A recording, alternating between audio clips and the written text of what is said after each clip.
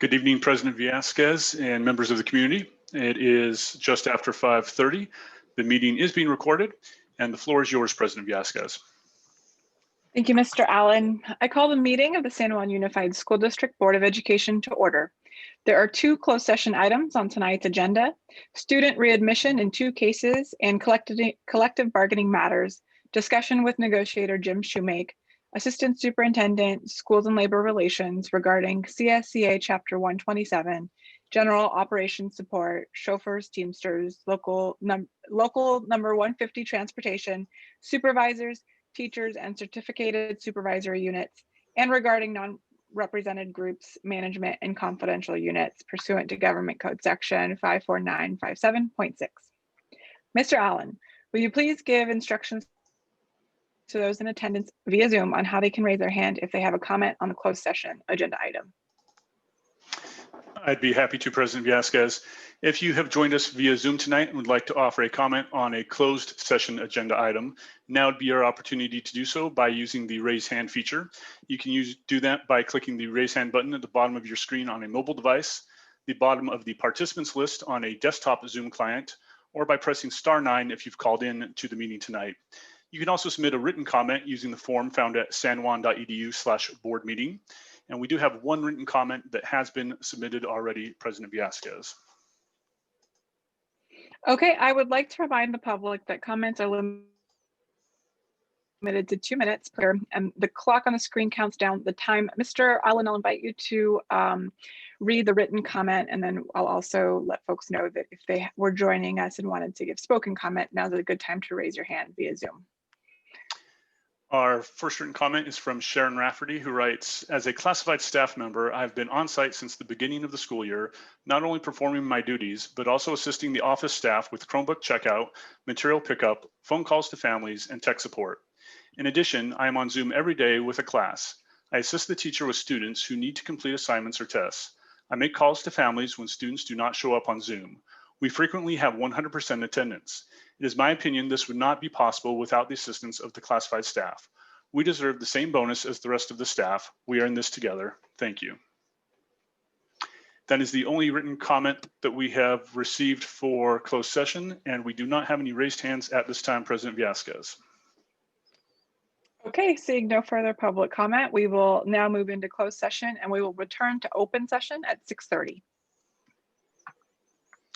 Thank you, President Villescaz. The board is now going into closed session. They will return at approximately 6:30 p.m.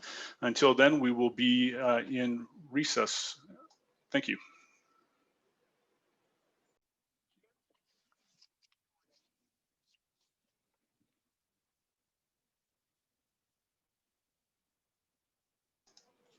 President Villescaz, the meeting is being recorded and the floor is yours.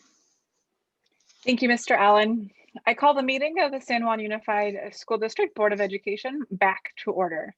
We are back to our all Zoom format. The meeting is being audio and video recorded, and the recording may capture sounds and images of those attending this meeting. The recording will be posted on the district website. Presenters will participate via the Zoom platform, and public attendance is provided via the Zoom platform, as well as a live stream on the district's YouTube channel. We thank you for joining us and ask for your patience as we use this format in an effort to maximize access and participation during this time of social distancing and other restrictions. At this time, please stand for the virtual presentation of the colors of Bumppo High School Air Force Junior ROTC.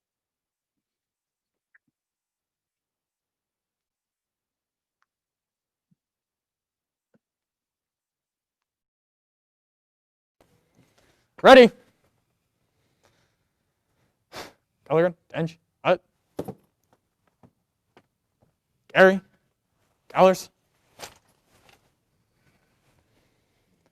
Forward, arch. Left, left, left. Colors. Arch. Color guard. Alt. Present. Colors. Please follow me in the Pledge of Allegiance.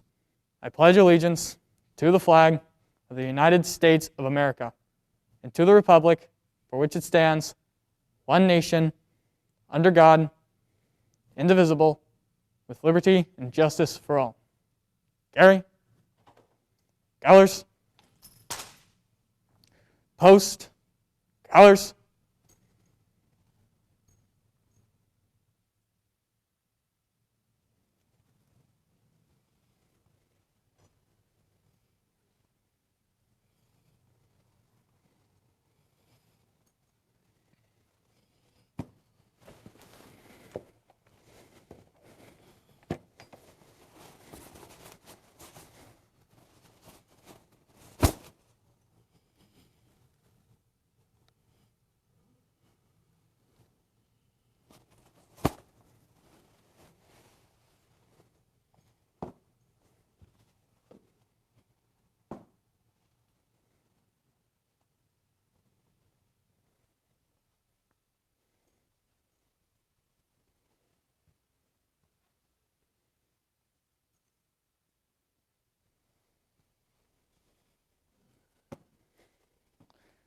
Colors. Colors turn.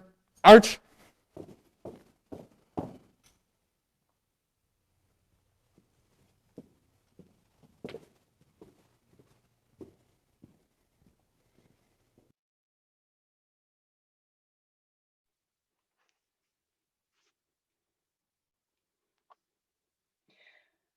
Good evening and welcome. I'm Paula Viescas, Board President.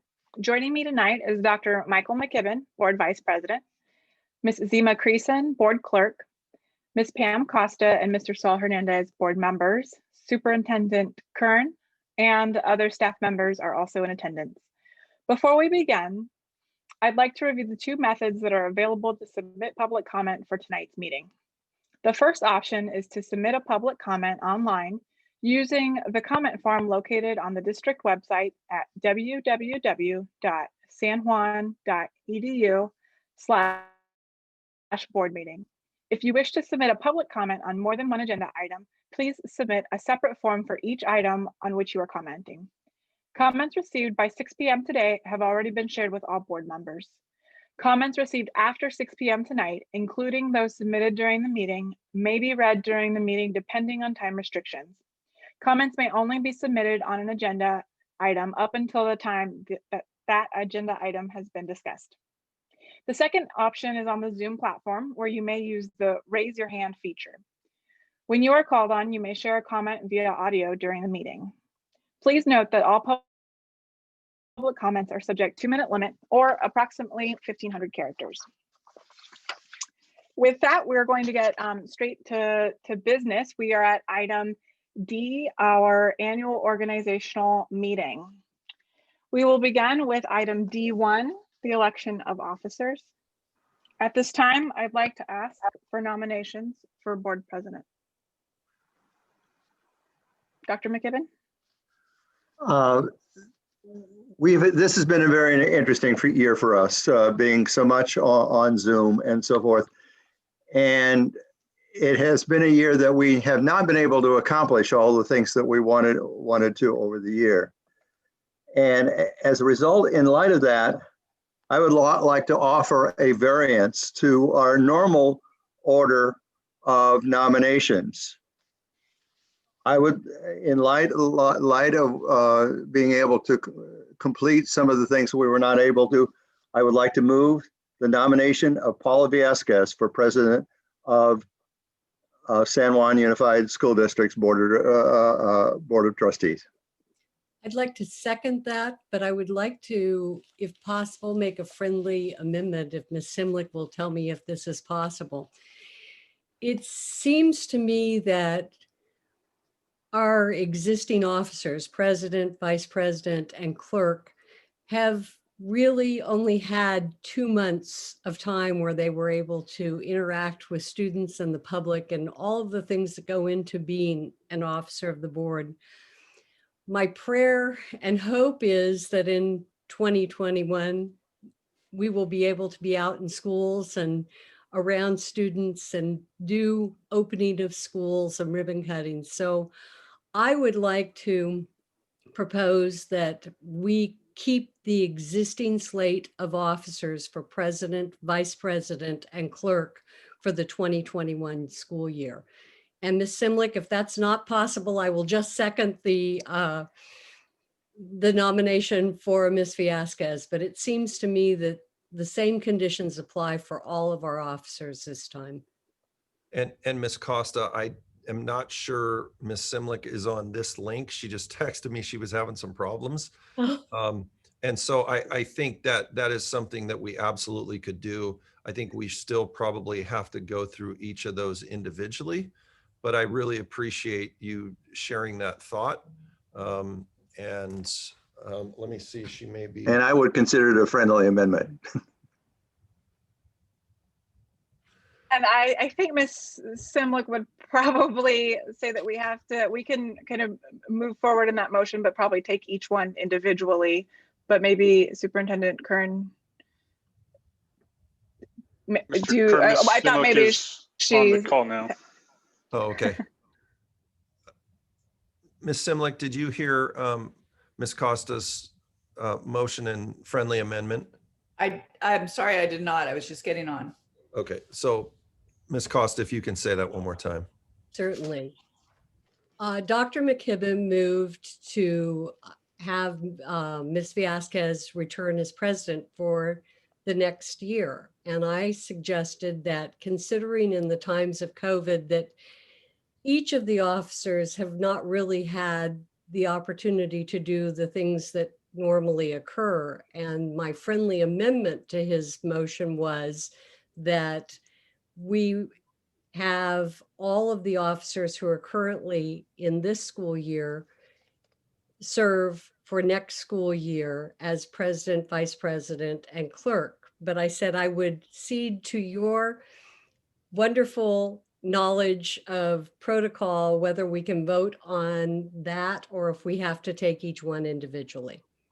And I'm sorry, but I would recommend that you take each one individually. Using that same statement is fantastic, but individual I think would be preferred.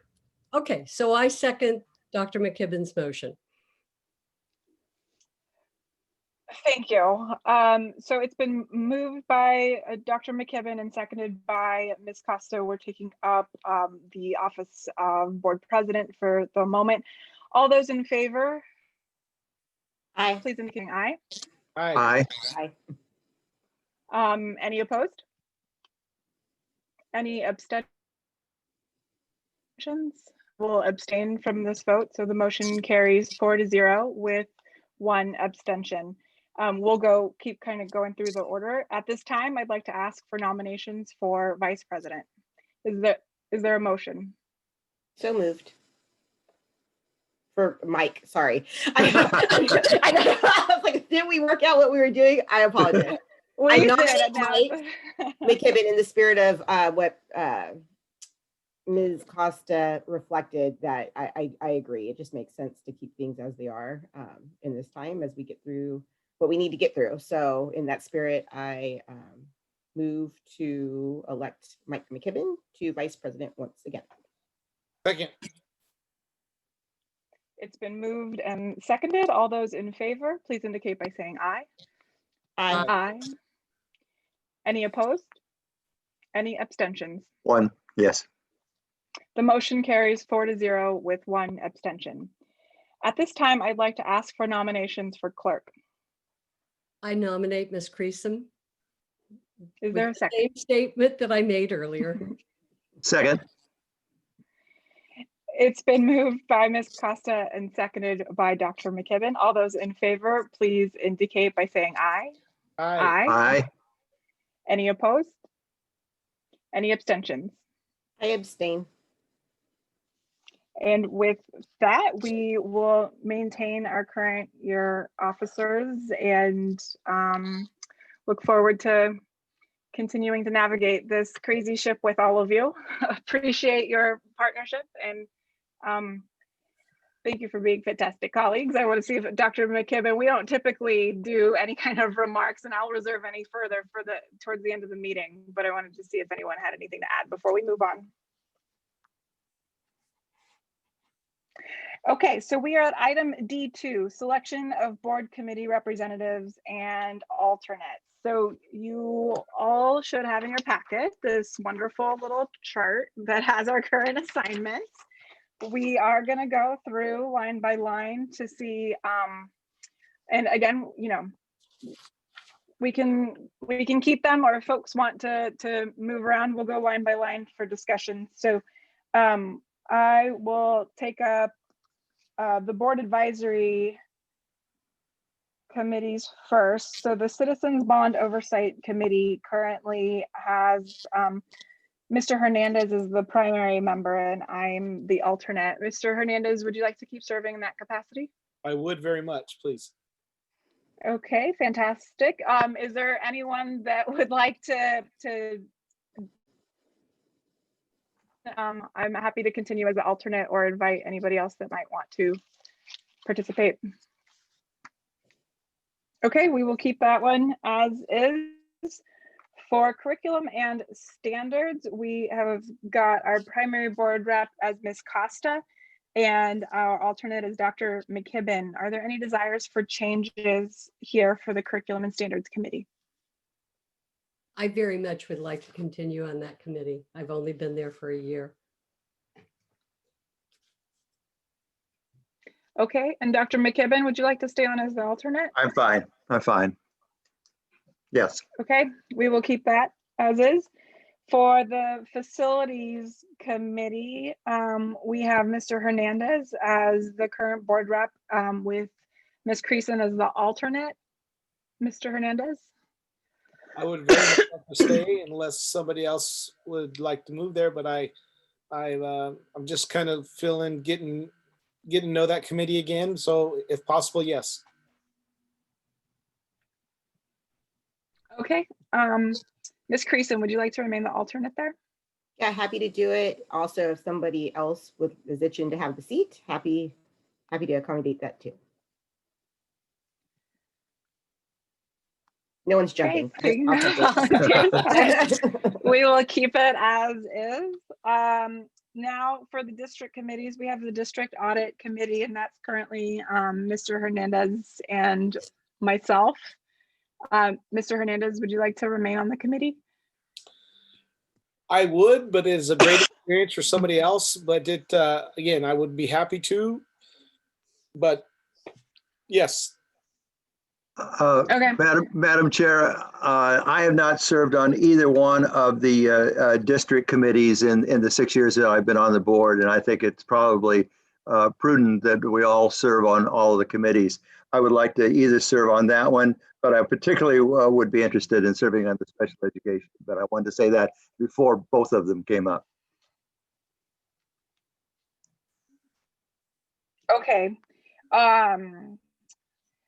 Gotcha. So, and we can all kind of as a group take that into advisement for the special education committee once we get there. But for the time being, I would like to continue on the audit committee. And I don't know, Dr. McKibben, did you want to join on the audit committee? Mr. Hernandez seemed a little flexible on that, or were your comments more directed towards special ed? My preference would be for special education, then maybe next year to do the audit committee. But I'm happy. I'm really very flexible on this. It's just that I have not served on those before.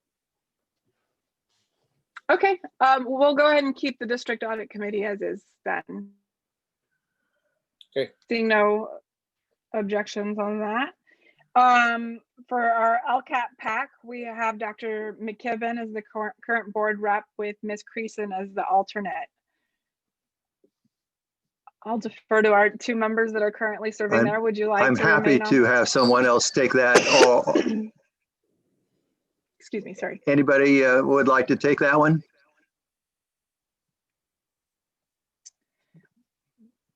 I'd be happy to join as the alternate. Is there someone that would be able to, I want to be more engaged. Not sure on full board rep though. So there's someone that would be willing to be the board rep and let me engage as the alternate, perhaps? If no one else will do it, I will continue. I did the LCAP for 4 years. Yes, you did. I'm feeling like everybody needs the opportunity to be the board representative for that. Okay. I'll just chime in and say I too was the board representative to LCAP in my first year and the alternate last year. So Paula, or President Viescas, I apologize. Absolutely. If you'd like to take the alternate seat, I will stand back. Well, I'm not hearing a volunteer for the primary rep. So So I'll continue. that being the case, Yeah. no, I mean, I have to go back. I don't have kind of all of the records in the past. I can serve as the primary there, and I'll just ask if that's okay, if the alternate's willing to really tag team with Sure, me. That would be helpful. I'll stay on as alternate if you want to take on as primary. And Saul, did you start to say something? I'm sorry. No, I'm fine. I didn't say nothing. No, you're good. That would So, be great. If you're open to okay. that, I would really Glad to appreciate do that. that arrangement. Glad to do that. Fantastic. Okay, great. So now we are at DLAC. Current board rep is Ms. Costa, and I'm the alternate. Ms. Costa, I'll kind of defer to you first. Would you like to maintain your position there as board rep? I would love to maintain as the board rep. Unless somebody else desperately wants to do it, but I have enjoyed serving on that committee. Although in times of COVID, it is more stressful. Well, that being said, I welcome someone joining Ms. Costa as the alternate on that piece. Looking forward to spending a lot of time with LCAP. I'll do that. I'll take that alternate seat. Great. Okay, so we've got Ms. Costa with Ms. Creason as the alternate. So now we're at the CAC committee. The current board rep is Ms. Creason, and I'm the alternate, and I'm happy to not participate on that. And we heard Dr. McKibben's remarks earlier as well. So with that in mind, how do you feel, Ms. Creason? So I was really excited to continue. Good. I thought I was doing good work, but I mean, if President Viescas is okay not being the alternate, I can accommodate and move to alternate and hand it over. You know, Viescas, if I can say something, I think just like we have on LCAP, Ms. Creason, there's no reason that you couldn't stay. That Mike could be the alternate and you both can attend those meetings. You know, if you'd like to stay there. Dr. McKibben, would you be okay with that, you think? Sure. Okay, so Ms. Creason with Dr. McKibben. And you will both attend. So we'll just, anybody else who wants to attend, make sure you check in. So we're not doing any Brown Act violations because it'll be heavily and frequently attended by both Ms. Creason and Dr. McKibben. So with that, we are at CSBA Delegate Assembly. Ms. Costa, your term continues through March of 2021, and Dr. McKibben, yours continues through March of 2022. Would you both like to continue in those respective positions? Yes. Yes. Okay, no concerns or objections from me, Mr. Hernandez or Ms. Creason. Does that work for you? They do a great job. I agree. So we are at City of Citrus Heights Programs Committee. That is currently myself and Dr. McKibben. I'm happy to continue. I'm also happy to have someone come President on. Viescas. Sure. So am I. I'm sorry to interrupt, but I believe we need a motion on this CSBA one. Oh, I apologize. Thank you. Okay, let me go back. You are correct. This committee appointment requires a vote. Is there a motion to reappoint Ms. Costa to the CSBA Delegate Assembly? So moved. Second. It's been moved and seconded. All those in favor, please indicate by saying aye. Aye. Aye. And That was, I'm abstaining. okay, that is 4-0 with 1 abstention. And Mr. McKibben, you had 1 more year, so I don't think at this point we're taking yours up for a vote because you're through 2022. I believe that's correct. Is that correct, Yeah. Mr. Allen? Yeah. That is correct. Yep. Okay. So then we will go back to our City of Citrus Heights Education and Community Programs Committee. I'm happy to continue, happy to stand back on that. Yeah, as I am too. I thought that those positions were typically the president and vice president. So it would be the two of you. Okay. I Typically, think that's that has, been the, yeah. Typically, but I don't think it's anywhere in the bylaws, is it? I don't think so, but I think that at least for the 8 years I've been here, that's been true. It's been the president and vice president. yeah, that's how we've done it. Okay. We haven't All had right, we will we haven't had maintain. those meetings this year, or for quite some time This because school year, I think the last one was at the beginning pre-pandemic. So, and then we've got Sacramento County School Boards Association, and right now, Dr. McKibben is our primary representative, and Ms. Creason's the alternate. I'm fine with it, but if somebody else would like to do it, I'm just fine with that too. I'm fine remaining the alternate as well. And similarly, those are kind of on hold given the current pandemic as well. So we'll go ahead and just maintain that as is. Okay, fantastic. This will all be appropriately reconciled in the minutes, but we've gone through item by item and appreciate all of your input and cooperation. With that, we are at item D3, the establishment of board meeting dates and times. The regular board meetings are presently scheduled for the second and fourth Tuesday of the month at 6:30 p.m. and workshops as needed. Is there any discussion about the board meeting dates and times? Okay, the board meeting dates and times will remain the same. Item D4 is the determination of board meeting location.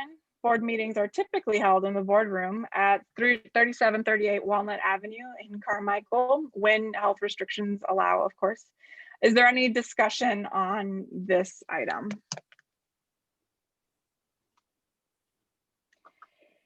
Okay, that being the case, the board meeting locations will remain the same, of course, when we resume in-person meetings. And now item D5, board member remunerations. Is there any discussion regarding board members' remunerations in accordance with board policy 9250?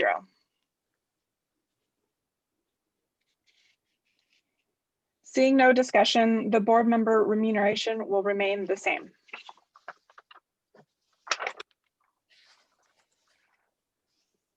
That concludes our annual organizational meeting. Thank you all. We are now at item E, approval of the minutes. Are there any corrections to the minutes? Is there a motion to approve the minutes for November 17th? So moved. So, Oh, sorry, did I give it? I'm a third. Mr. Hernandez's little box lit up first, so that's gonna be the order here. So it's been moved by Mr. Hernandez and seconded by Dr. McKibben. All those in favor, please indicate by saying aye. aye. Aye. That's unanimous. We are now at item F1, High School Student Council reports. Tonight, we will hear from student representatives from El Sereno High School and Meraki High School. Welcome, and let's begin with Landon Whitworth from El Sereno High School. Hi, Landon. Go ahead and begin when you're ready. Landon, you're on mute. There you Good go. evening, President Velasquez, members of the board, Superintendent Kern, and Ms. Cunningham. My name is Landon Whitworth. I'm a senior from El Sereno High School. Thanks for inviting me tonight to talk about our school. As all of you know, this year has been immensely different from previous years due to COVID-19, and the students at El Sereno have adjusted to the changes. El Sereno is structured in a much different way than other traditional high schools. Each student has a master teacher who directs our academic schedule. Normally, we would meet in person on our wonderful campus.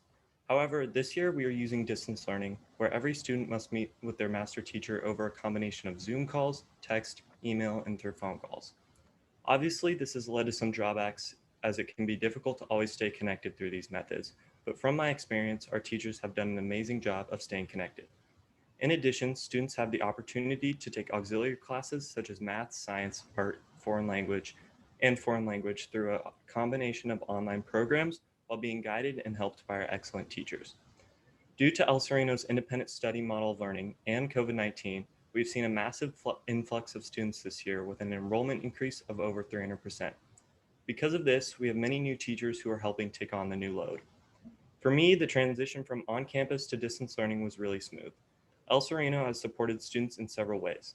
Using Google Classroom has created clear and organized communication with our teachers as well as access to our lessons.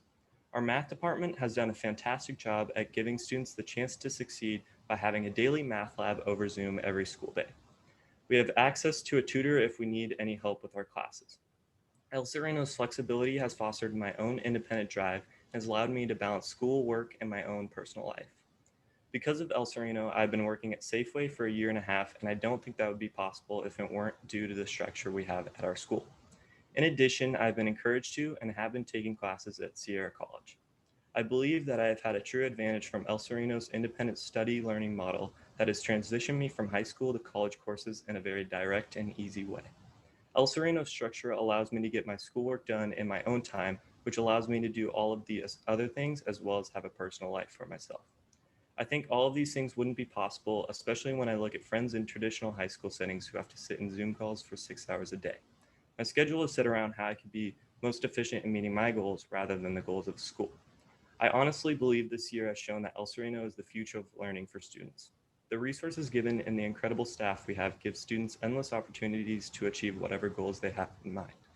As someone who has personally gone through El Sereno over my 4 years of high school, I would advise anyone with an independent drive to attend El Sereno. Thank you for allowing me the opportunity to share my experiences at El Sereno. Thank you very much, Landon, for joining us and for your report. Do any of my colleagues have questions or comments at this time from Landon? Mr. Hernandez? Nope. None for me. Ms. Costa? Ms. Creason?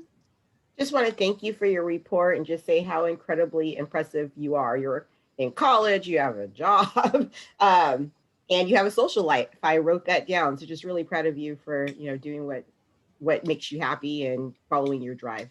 Thanks for the report. Thank you. Dr. McKibben.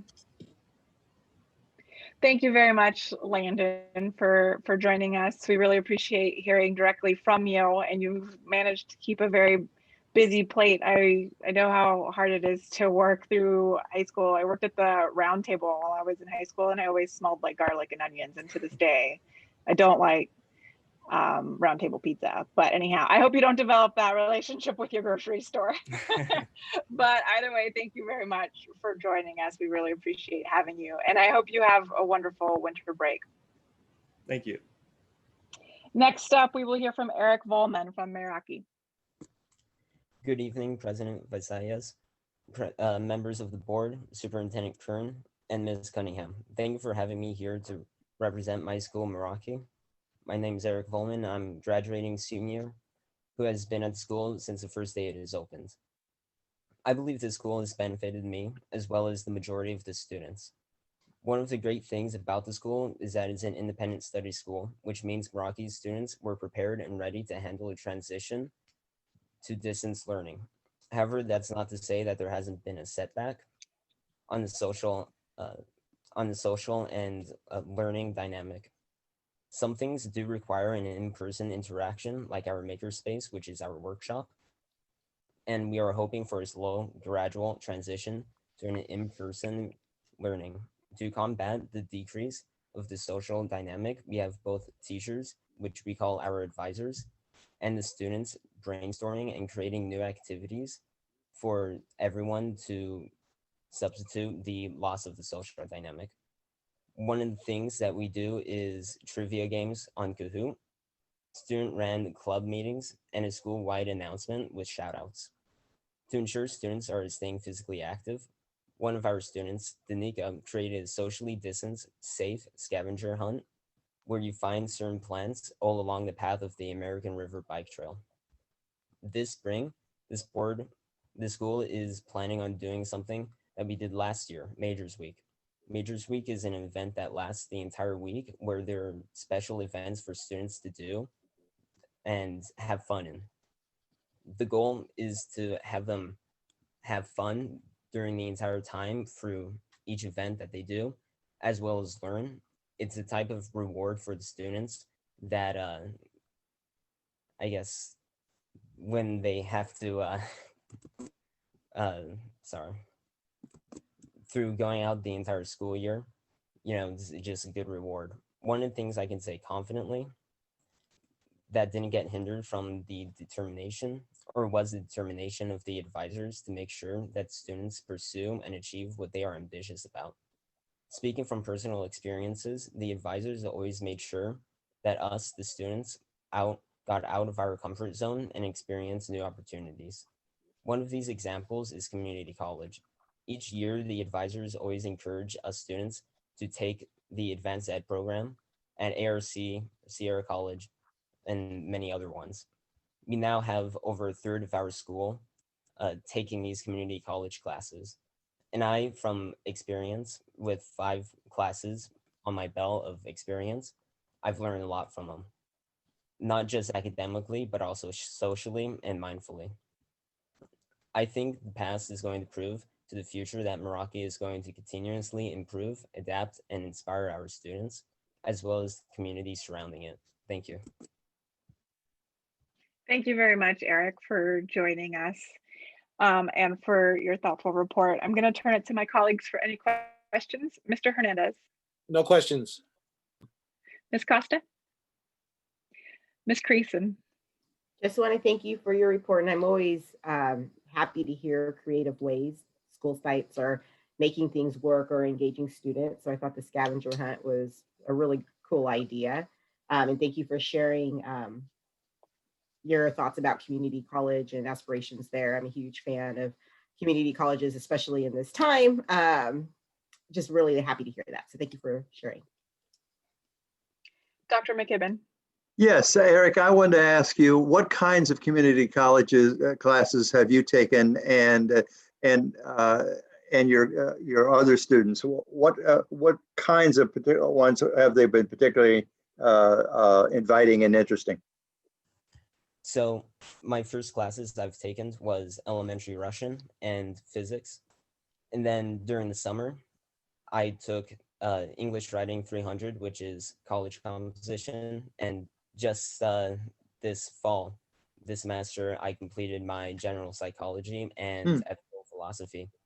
And I believe one of the most major, or at least one of the classes that I think gets a lot of concentration from students of wanting to take is college composition, as well as general psychology, I believe is being pushed out there for us students to learn. And I think it's very important. Thank you. That's interesting, because I never had an opportunity to ask that question. Thank you. I had the exact same question, Dr. McKibben, and that's quite the variety, but also like some of those are not easy lifts. Those are very dense subject matters. So congratulations on carrying such a variety of classes. I also was intrigued and love the idea of the scavenger hunt along the parkway. I'm always looking for ways to get outside as well. I would love to see the scavenger hunt. If you wouldn't mind asking your peers if they were willing to share, I would love to play along. Really appreciate kind of the creativity that's gone into it. Of course, I'll make sure to send you the scavenger hunt to you on email. Much appreciated. Thank you very much for your time. Wait, one last question for you was, do you have any big plan for Majors Week? For me, no, because I'm going to be graduating before then.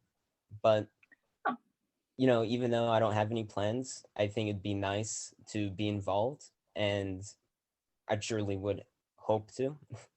So definitely, but I don't know what those plans are. Excellent. Well, congratulations on your graduation. Thank you. Thank you very much for spending some time with us. We really appreciate your voice and your reports. You're welcome to stay for the remainder of the meeting, but we know you're probably pretty busy. So also invite you at this time if you'd like to get back to your busy lives. But thank you very much for joining us. With that, we are at item F2, staff reports. Superintendent Kern, I believe you had a staff report. Yeah, thank you, President Vasquez. This will be not as long as some of my last reports.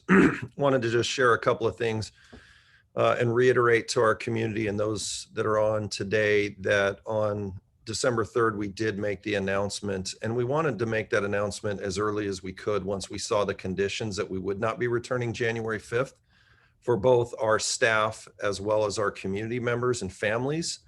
But what I really want to stress, and in every conversation that I'm having with all the groups, all the folks that we partner with, we're working towards, as soon as we get into that red tier, that 2 weeks after that, we will return. We're taking the steps, we're identifying cohorts, we're communicating all that work out. So I know last week when I was with my Superintendent Students Advisory Council, they had heard something different. And I said, no, let the students know, absolutely, we're working towards bringing our students back when it is safe. And so we want to just continue to communicate that. I want to encourage folks, if you haven't been checking the COVID dashboard that is on our website, to do so. That the data that is there is the current data, so it's not a cumulative. But I'll give you an example. I wrote down the actual numbers before we started, and I just refreshed it. And Mr. Allen and his team are doing a great job updating this data nightly, and when a lot of places are doing it just once a week. But we had, from the numbers I wrote down, we had 6 additional students test positive that were identified today, as well as an additional 14 that were exposed. We had, the staff number is the same at 27, but we had an additional 9 staff that were exposed as well. So those numbers fluctuate day to day. We're trying to be as transparent as we can with that data. So I encourage folks to check that out. If you haven't seen, as we continue to get questions about athletics and that returning, the California Department of Public Health just released some outdoor and indoor youth and recreation for adult sports that went out yesterday. And so again, as you have questions related to sports, I would encourage folks, and we'll post some links to some of these as well, that provide that information, as well as continue to check the California Interscholastic Federation website, as those are really the governing boards that will guide what can return for that. And then the last update I wanted to just give to the board was at my last SSAC meeting. I've got an amazing group of kids. It's a little bit smaller than in some of the years past. But I asked them if they would like to somehow have more of a direct connection to the board, so that the board had an opportunity to maybe have 1 or 2 of those students that they kind of follow during the course of the year. And so when you want to get a little bit more direct contact and hear from student voice how things are going, I mean, it was great to hear from our 2 students tonight, but there may be times where you would want to just reach out and say, so what's going on related to distance learning, or how are you dealing with this? So if the board is interested in that, the student group was very interested. When I said that, they kind of lit up like, yeah, we'd absolutely love to kind of have a point of contact on the board. And I thought that was pretty neat that they were so interested in doing that, because they really want to, as we continue to strive to expand student voice. And I know how much that means to all of you, to have a direct kind of a 1 or 2 students that you could follow. It might even be something where if they were seniors, we'd make sure you maybe had their graduation as well, so that you could be on the stage when they walked. So if that's an idea the board would be interested in, I would be working with Lori Vine to kind of get you guys assigned to a student or 2 that you could reach out to and start to build relationships with. Great, thank you for your report, Superintendent Kern. We are now at item F3. We have 1 report from the Facilities Committee Chair, Michael Tucker. Hi, good evening, President Velasquez, board, Superintendent Kern, and district staff. As President Velasquez says, my name is Michael Tucker. I'm your current chair and have been on the committee since 2016, and pleased to present this annual report on behalf of the Facilities Committee. So first, I wanted to provide a brief overview of your committee's composition. Committee members hail from all over the district, with students at Arden Middle, Cottage Elementary, Earl Leggett Elementary, and Mary Dietering Elementary. Committee members come from various professions such as the state legislature, academic research, law, architecture, and construction. On to what we've been doing at the committee meetings. We routinely receive reports regarding the district's bond program and updates regarding the district's construction efforts in providing quality facilities to district students and families. Of more immediate importance are the reports regarding the district's efforts to prepare facilities for potential in-person learning and how the facilities department has remained prepared for the challenges that are presented by the pandemic. More recently, the committee has begun learning about the district's surplus property. Recently reviewed the various parcels and buildings that make up the district's surplus properties, as well as received instruction regarding the legal process involved with the surplus property. Committee also received a report regarding the current but ever-changing market conditions that may have an impact on the district's surplus property. At our most recent meeting, reviewed Sacramento County's eminent domain impacting the Howe Avenue School, how that project will benefit school access and the surrounding community. Now, in conclusion, I would like to encourage the board to continue to utilize our committee, but of course understand how hectic things have been over the past year. As just a community member, I want to thank the board, thank Superintendent Kern, as well as district staff for their leadership during this challenging time, as well as quickly thank President Velasquez for appointing me to the committee, Mr. Hernandez for his work as the board liaison to the committee, and of course, Mr. Camarda and his staff for ensuring that our committee meetings are meaningful. So again, thanks to the board and Superintendent Kern for your time. Thank you, Mr. Tucker. And at this time, I'll see if my colleagues have any questions on either Mr. Tucker's report or Superintendent Kern's report. I realized I kind of sped past both of those pieces. Mr. Hernandez. I just want to say I want to thank Mr. Tucker for his leadership as the committee chair. He does an outstanding job, and it really is a good committee. They really do care about the district, and they do take their roles very, very seriously. So Mr. Tucker, thank you so much to you and your committee so very much. Thank you. Ms. Costa? Ms. Creason? Just thank you so much for the report. I always love hearing from our committee chairs or committee members. And I appreciate and I hear your comment, use you guys, rely on you. And I do plan to do more of that in the coming year, just to meet more with my appointees and really engage you so that your expertise is front of mind as we do our thing in these meetings. So really just thank you for all that you do. Really appreciate it. I know it takes a lot of time. You have so much more to do. So thank you. Well, it's been an absolute pleasure, and thank you for the comments. Much appreciated.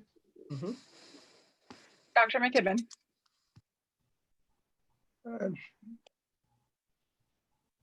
Oh, Dr. McKibben, you're on mute. Thanks for coming in. These reports are really important to us, and I appreciate you coming in and talking to us. Absolutely, my pleasure. Echoing my thanks, Mr. Tucker, for both serving as my appointee and heading up the charge there at facilities. Really appreciate your leadership there. I know a number of us, probably all at some point, served on committees as well. So it is a time dedication. So to you and to the entire committee, thank you for your time and dedication and for your report this evening. Thank you very much. Mr. Allen, do we have any other reports from board appointed or district committees at this time? I don't see any, but want to make sure. We do not have any from board appointed district committees at this time. Okay, so we are now at item F for employee organizations. Do we have any employee organizations? We do. We have Karen Smith with CSEA. Ms. Smith, please begin when you're ready. Ms. Smith, you're on mute. I clicked it and it didn't hit. All good. All good. Good evening, President Velasquez, members of the board, Mr. Kern, and Ms. Cunningham. I'm speaking on behalf of CSEA classified employees, and we would like to share with you that CSEA members have donated our annual $1,000 toy donation to the San Juan Cares to help our San Juan families. I'm also here to speak on behalf of classified members to address an inequity that is now happening. We are told by the district we are all in this together. However, classified staff are not feeling that way. We found out yesterday that the district is going to offer a one-time bonus to all staff, which we truly appreciate. However, we were then told that all teachers would be given a $500 stipend each on top of that. While we know that the teachers are working hard supporting our students and families, classified staff are working hard too. When CSEA was negotiating with classified staff with the district, we were told all bargaining units would be waiting until the governor's budget to discuss salary and benefits. However, we have now found out that the district has been negotiating with the teachers union about salary, but not with CSEA. So we ask, where is the transparency and equity? For the past 3 years, we have asked the school district to participate in the summer assistance program for our classified staff who work 11 months or less, so they would get a paycheck in the summer. But we have been told there is no money to help pay for the taxes for the money the government would give the district to match the money that classified staff had put aside. We have tried to fix minimum wage compaction issues, and we're told that there's not enough money to do more than what the law requires. Through this pandemic, our classified staff have been told the teachers have the option to work remotely. However, many classified staff could not or were not offered those same options. Our classified members have had to burn through their leaves in order to take care of their children, while the teachers have not had to do the same.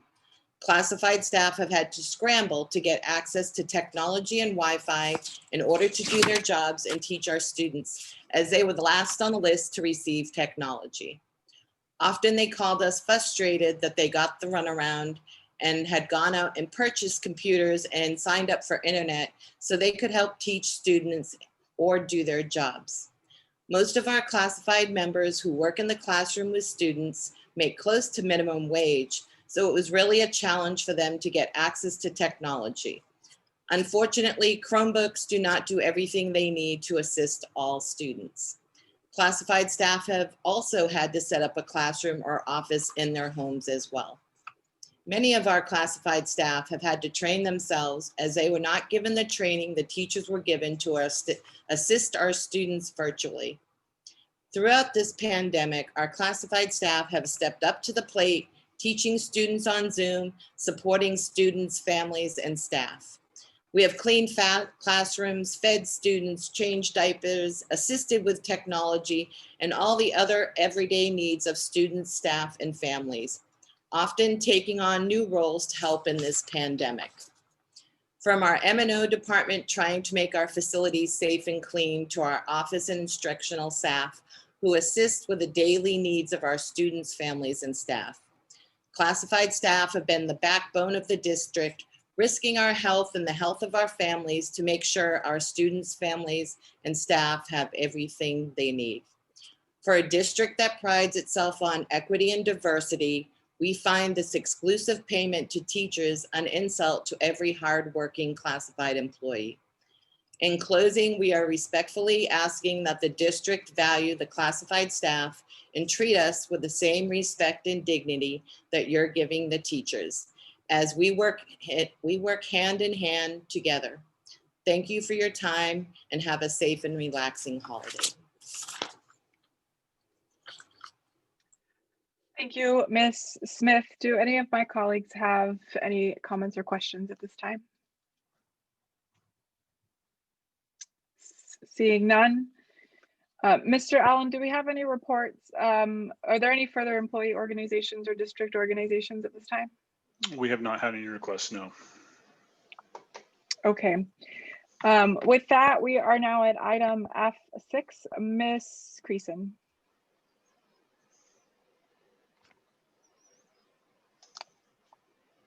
Sorry.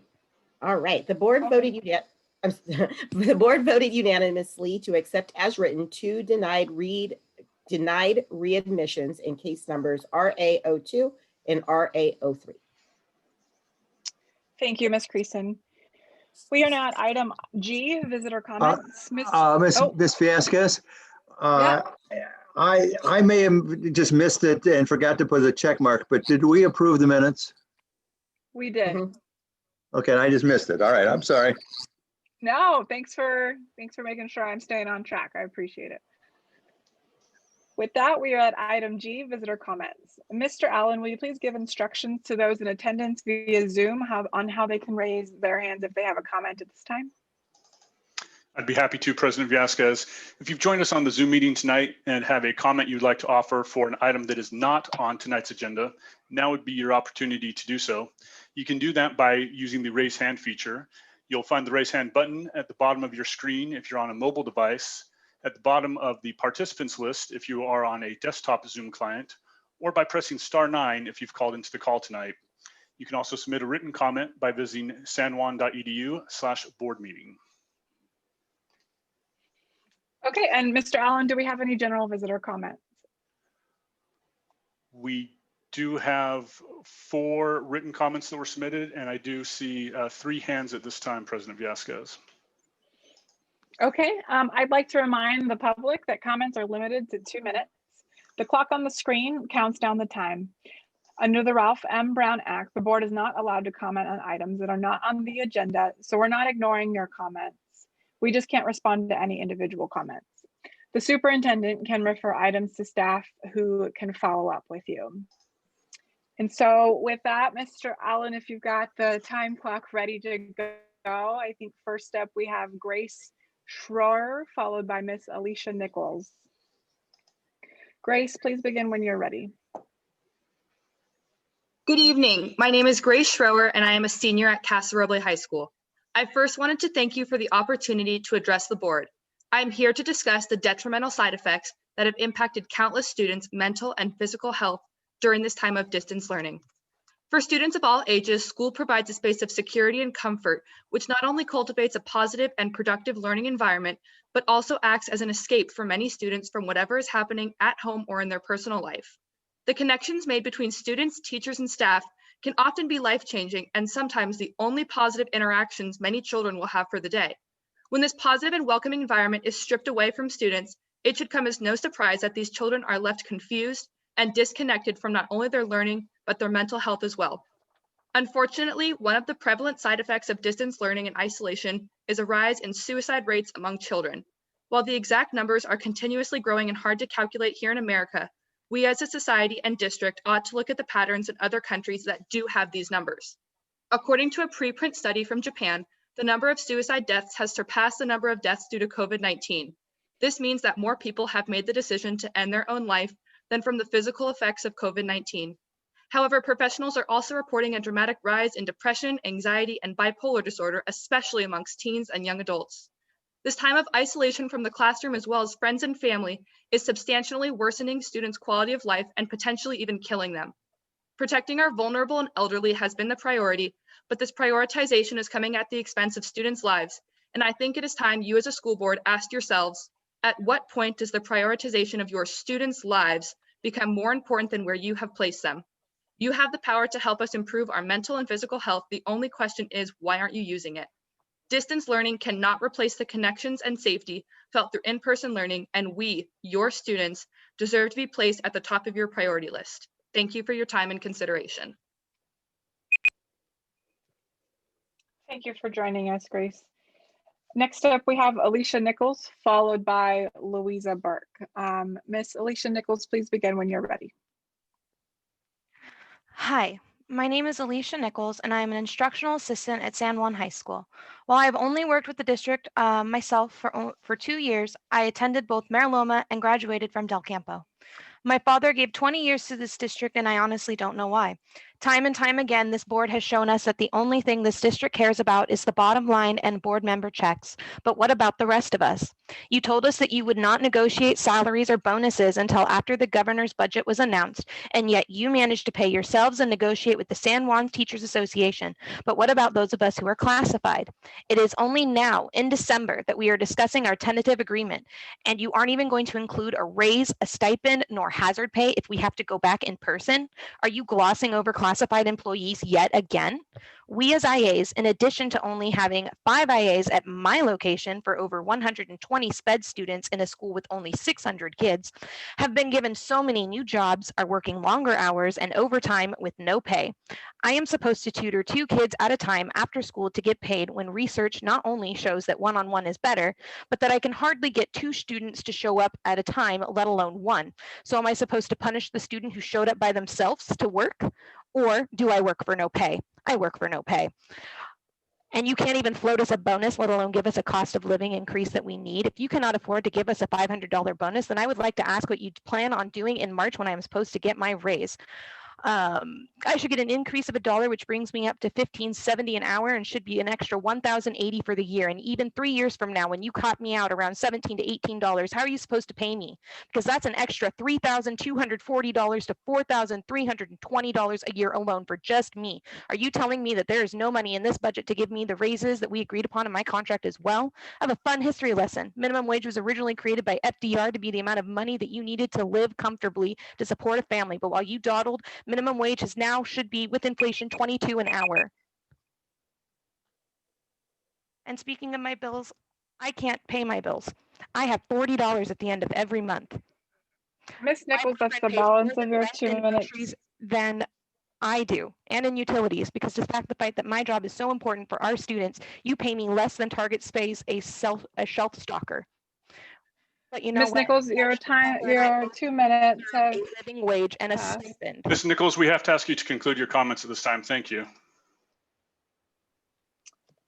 So next we will hear from Louisa Burke, followed by Marina Gable. Louisa Burke, please begin when you're ready.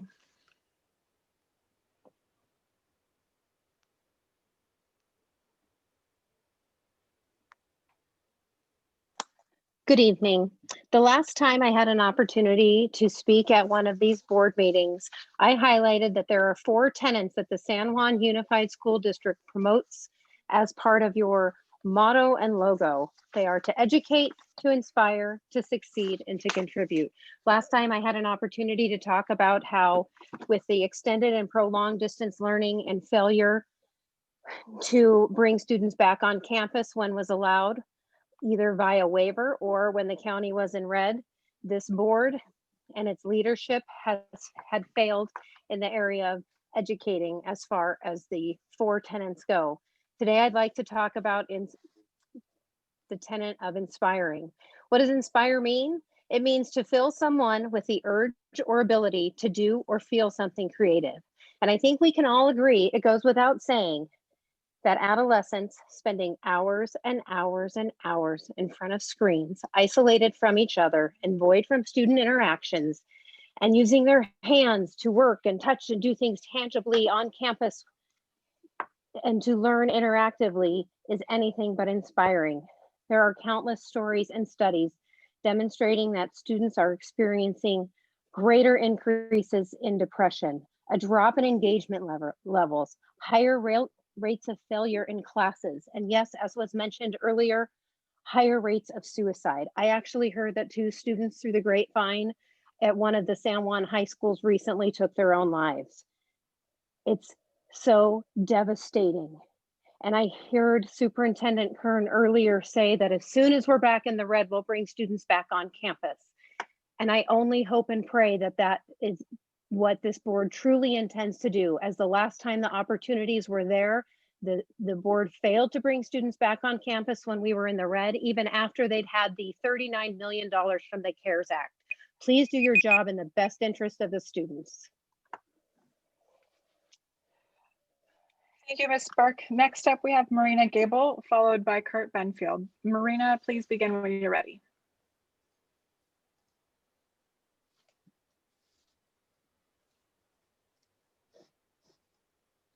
Marina, you're on mute.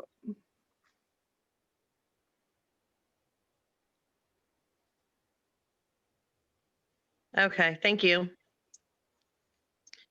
First, I'd like to thank the first person who spoke. I believe it was a student, Grace. She was right on the dot. Everything she said was exactly what's happening. And so why, when it was safe to do so, did the San Juan Unified School District did not attempt to file a waiver when it was in the red? Now you're saying that you're going to do it when it happens again. Well, why didn't you do it the first time? What's the reasoning? There was no reasoning. Other school districts are pushing forward. High school and middle schools will open January 5th. San Juan promised multiple times that the district would be opening elementary as well January 5th. This was a lie. The intention is to keep the kids out of school till summer. Children are dying more from depression and suicide than COVID. The San Juan Unified School District's concerns are not scientifically upheld. What are the real reasons? Teachers' unions owning the school board? There should be a cutoff date for teachers to return. Those that are too fearful can be given the golden handshake or continue distance learning. There needs to be an end to the chaos the district has created for families and their children. Thank you. Thank you for joining us. Next up, we have Kurt Benfield. Kurt, please begin when you're ready.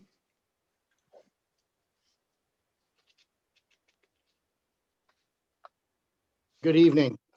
My name is Kurt Benfield. I'm the Labor Relations Representative for California School Employees Association, representing the classified staff.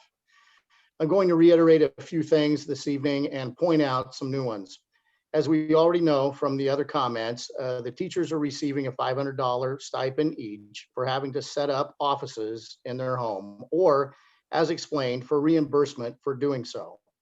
The classified employees happen to translate that description as that the teachers are getting $500 to work from home.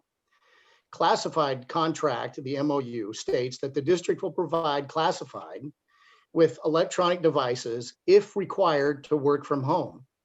Does not the teacher's contract or MOU state the same? All of the teachers have had district laptops for years, while classified staff has had nothing until this year during the pandemic.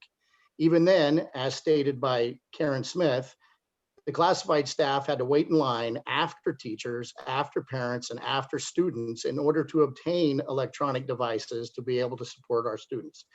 Unlike classified teachers, teachers were provided the option of working from home or classroom. If they had the option and everything they need is in the classroom, why the reimbursement? Teachers opting to teach from home were allowed to go to their classrooms and get what they needed to the distance teach. Again, why the reimbursement? While teachers have had the option to teach from home, many classified staff have not. Custodians, plumbers, CDAs, IAs, food service, all of maintenance, tech services, and many other IAs were on the front lines at the sites, physically present, keeping the distance functioning so everybody else can do their job, including the teachers and the administrators, to keep our kids educated. This is not to pick on any one unit, but it is rather yet to another attempt to draw attention to the forgotten classified that bust their butts and keep. And Mr. Benfield, we're going to have to ask you to conclude your comments at this time, please. Thank you, everyone, for this evening. Next up, we have Joseph Frazier. Joseph, please begin when you're ready. Thank you. My name is Joseph Frazier. I'm a job steward for CSCA. I'll just keep it short and sweet. I just hope that next time I hear a story about how the teachers union and the district met about something that we weren't supposed to talk about until later on, that the end result that comes back is something that's more equitable and even and fair across the board. That'll just be nice to, hopefully we get to that point in the future when we're also thought of and included equally in the conversations. That's all. Thank you very much for your public comment. At this time, I see no additional public comment. There are no other raised hands. One moment. We do have 2 additional raised hands now. We have Stephanie Jackson, followed by Terry Hofstetter. Stephanie, please begin when you're ready.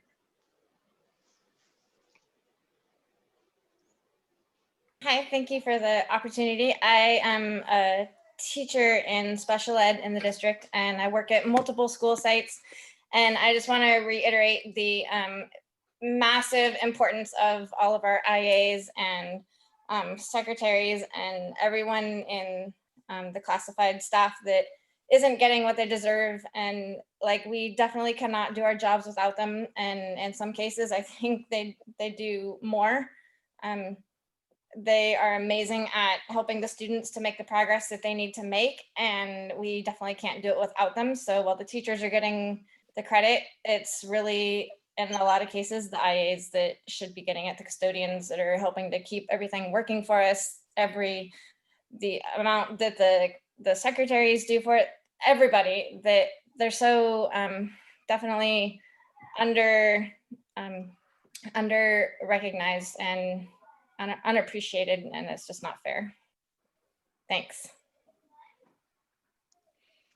Thank you for joining us. Next up, we have Terry Hofstetter, followed by Brittany Rand. Terry, please begin when you're ready. Thank you, President Velasquez, board members, Superintendent Kern. I just want to reiterate behind Karen Smith and Kurt Benfield, and thank you, Stephanie Jackson, for speaking up on CSEA's behalf. CSEA has been on the front line this entire time.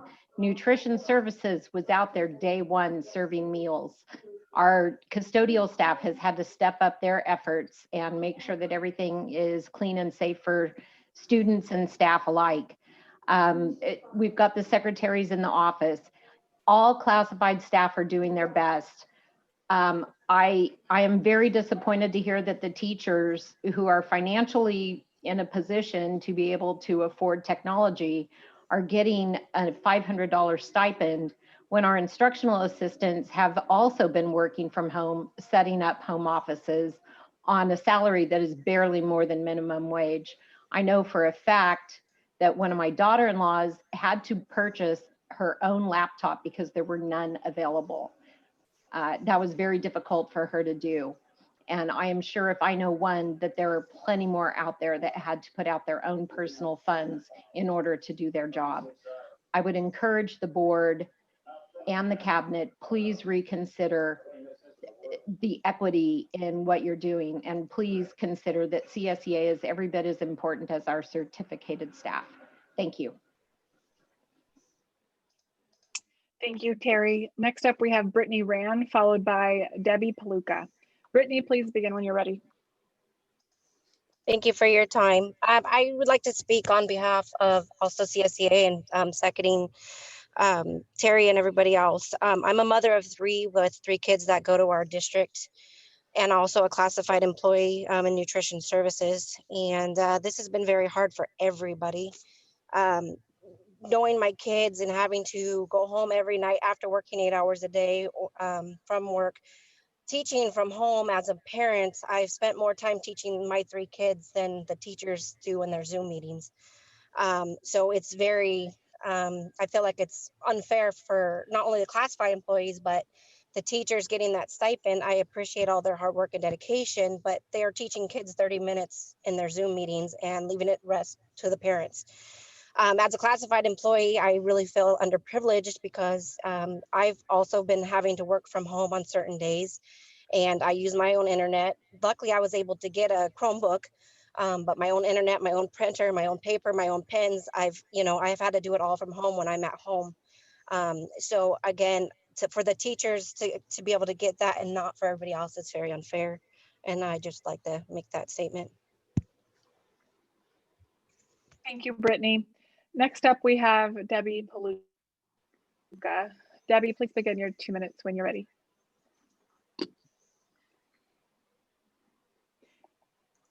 Debbie, you're on, there we go. Yeah. Yes, hi. Yes, I am a child development assistant, and I'm in my 30th year with San Juan, and I was teaching distant learning for the first 3 months, and I'm going in January to my 7th month of being in person. We have a preschool for essential workers, and I'm with 2 teachers, and I thoroughly enjoy it with our little cohort. And I just want to give a shout out that I do agree that teachers work very hard. I also work very hard too, and I spoke to the board about 2.5 years ago about the minimum wage situation, and being that I am one of the CDAs left that have been, like I said, 30 years with the district, and I'm barely making $2 more than minimum wage, and I hold a teacher permit and also an AA in child development. So I feel also too that even though teachers do work hard, I work very hard, and I know all the other CDAs work very hard as well, and we deserve that stipend just as much as the teachers do. So I just want to give a shout out to all the child development assistants out there, and hope that you consider us too with the stipend. Thank you. Thank you, Debbie. Next up, we have Nadia Manaz. Nadia, please begin when you're ready.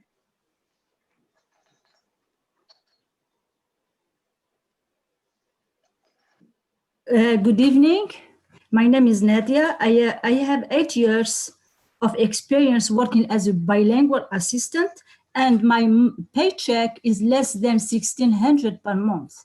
And then my work is, I am spending more time with our students, helping them with homework, supporting teachers during their Zoom classes, assist parents and students with technical issues at school, and then also helping students navigate to their Google Classroom, how to log in, doing translation, making phone calls for parents. What else?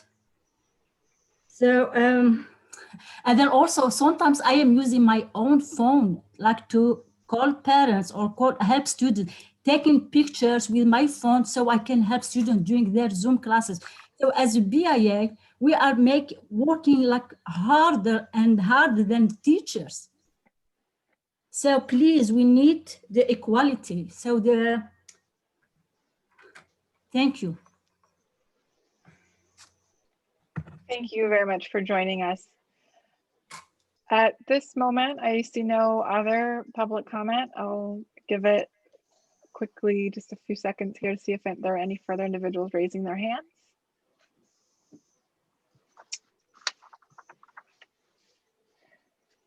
We have Blanca Estevez. Please begin when you're ready. Hello, my name is Blanca Estevez, and I am a Bridges site coordinator.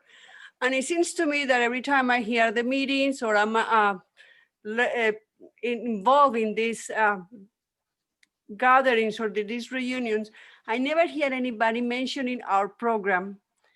And to me, it seems like we are the forgotten side of the school district. We are after the school program. We spend 3 hours a day, every day with the children. And now that we are at home, we're working much more hours than before because we're still teaching. We're still working with them every day. We're still doing a support for them. And nobody seems to know that we are here, that we are part of the school district, that we do a lot of effort, that we do a lots of work. I have children from kinder to 5th grade, and I have to prepare a class for everyone according to their level of learning. And we were not trained to do anything that it has to do with on Zoom or online or a virtual learning. We have to learn by ourselves. So it has been very difficult for us too. And I think we deserve a recognition on this part too. Besides, it's not only because of the recognition, it's because we also spend much more money in our homes with electricity, paying in the summer for the air conditioning while we were sitting working. Now in the winter, paying for heater while we are sitting working. All the time that we have to spend with our electronics on. That's something else that we spend extra from whatever we're getting from our salary. So it's part of something that it needs to be recognized, and see if we can get some help with that. Thank you. Thank you, Blanca. Next up, we have Cindy Buckhammer followed by Erica Tino Meneses. Cindy, please begin when you're ready. Hi, I just, when other people were talking, I heard that I had made a comment and I sent it to you online, but then, you know, years ago, I came to the board meeting and I spoke about the lack of funds that we have because we are not paid really well, and we all work so very hard every day. I worked for the district for 31 years. And, you know, at the end of the day, you know, all you have is a sore back, right? And then to hear that we're not even considered for the stipend and we are not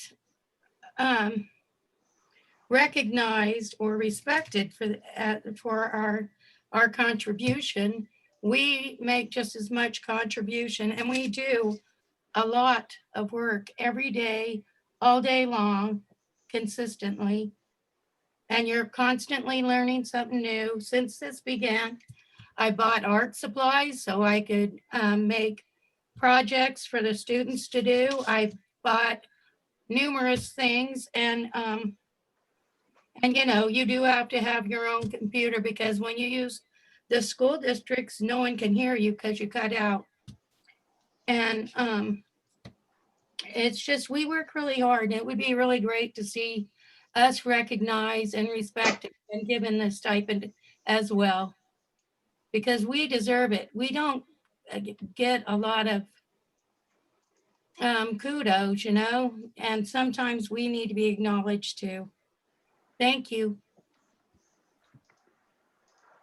Thank you, Cindy. Next up, we have Erica Tino Meneses, followed by Debbie Gold. And Erica, please correct me if I mispronounced your name. No, that's fine. So can I go ahead and start? Yes, please begin when you're ready. So I was excited to move to Sacramento and be part of the San Juan Unified District, even after getting a 30% pay cut from my previous job. I am the only bilingual classified employee that supports families during these times. I support all my students with their academic, technical, and well-being daily challenges. However, it's hard to do this on a little over minimum wage salary. It's disappointing to see that our hard work is not valued. We go above and beyond to connect and find new ways to interact with students and their families. I am currently in my first year of grad school to become a school counselor. I would like to continue to be part of the San Juan Unified District once I graduate, but I can't do this if they don't treat everyone equally. Thank you for your time, and I hope you take everyone's comments into consideration. Thank you. Next up, we have Debbie Gold. Debbie, please begin when you're ready.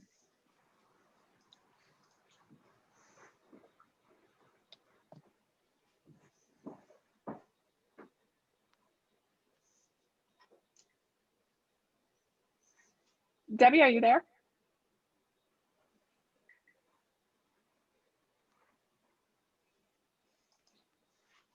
Miss Gold, you're on mute.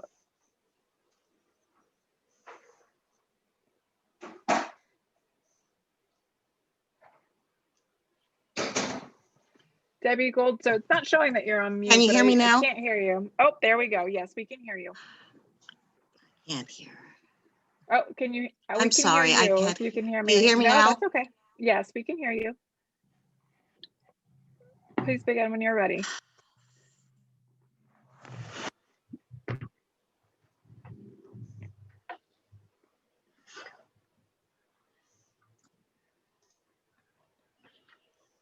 Do you hear? Yes. Can you? Yeah, we can hear you. Okay. I work over at Ralph Richardson Center, and right now we're on our 6th week of going back. And when we were working at home, I had to use my own computer. I had to use my own time to get trained on Edpuzzle, Seesaw, Google Docs, Google Classroom, Zoom. I spent many, many hours on my own time, my own money. I've worked for the district for 20 years or more. And to make just $2 more than the starting pay of a McDonald's employee. And I do have my degrees. I have gone to classes that you take. I have gone to classes to learn how to diffuse arguments and things like this with our students. Yet we're not getting the recognition. We need to get paid that extra to take care of it. I've had to use all my own equipment and go out and buy my own equipment if I didn't have it.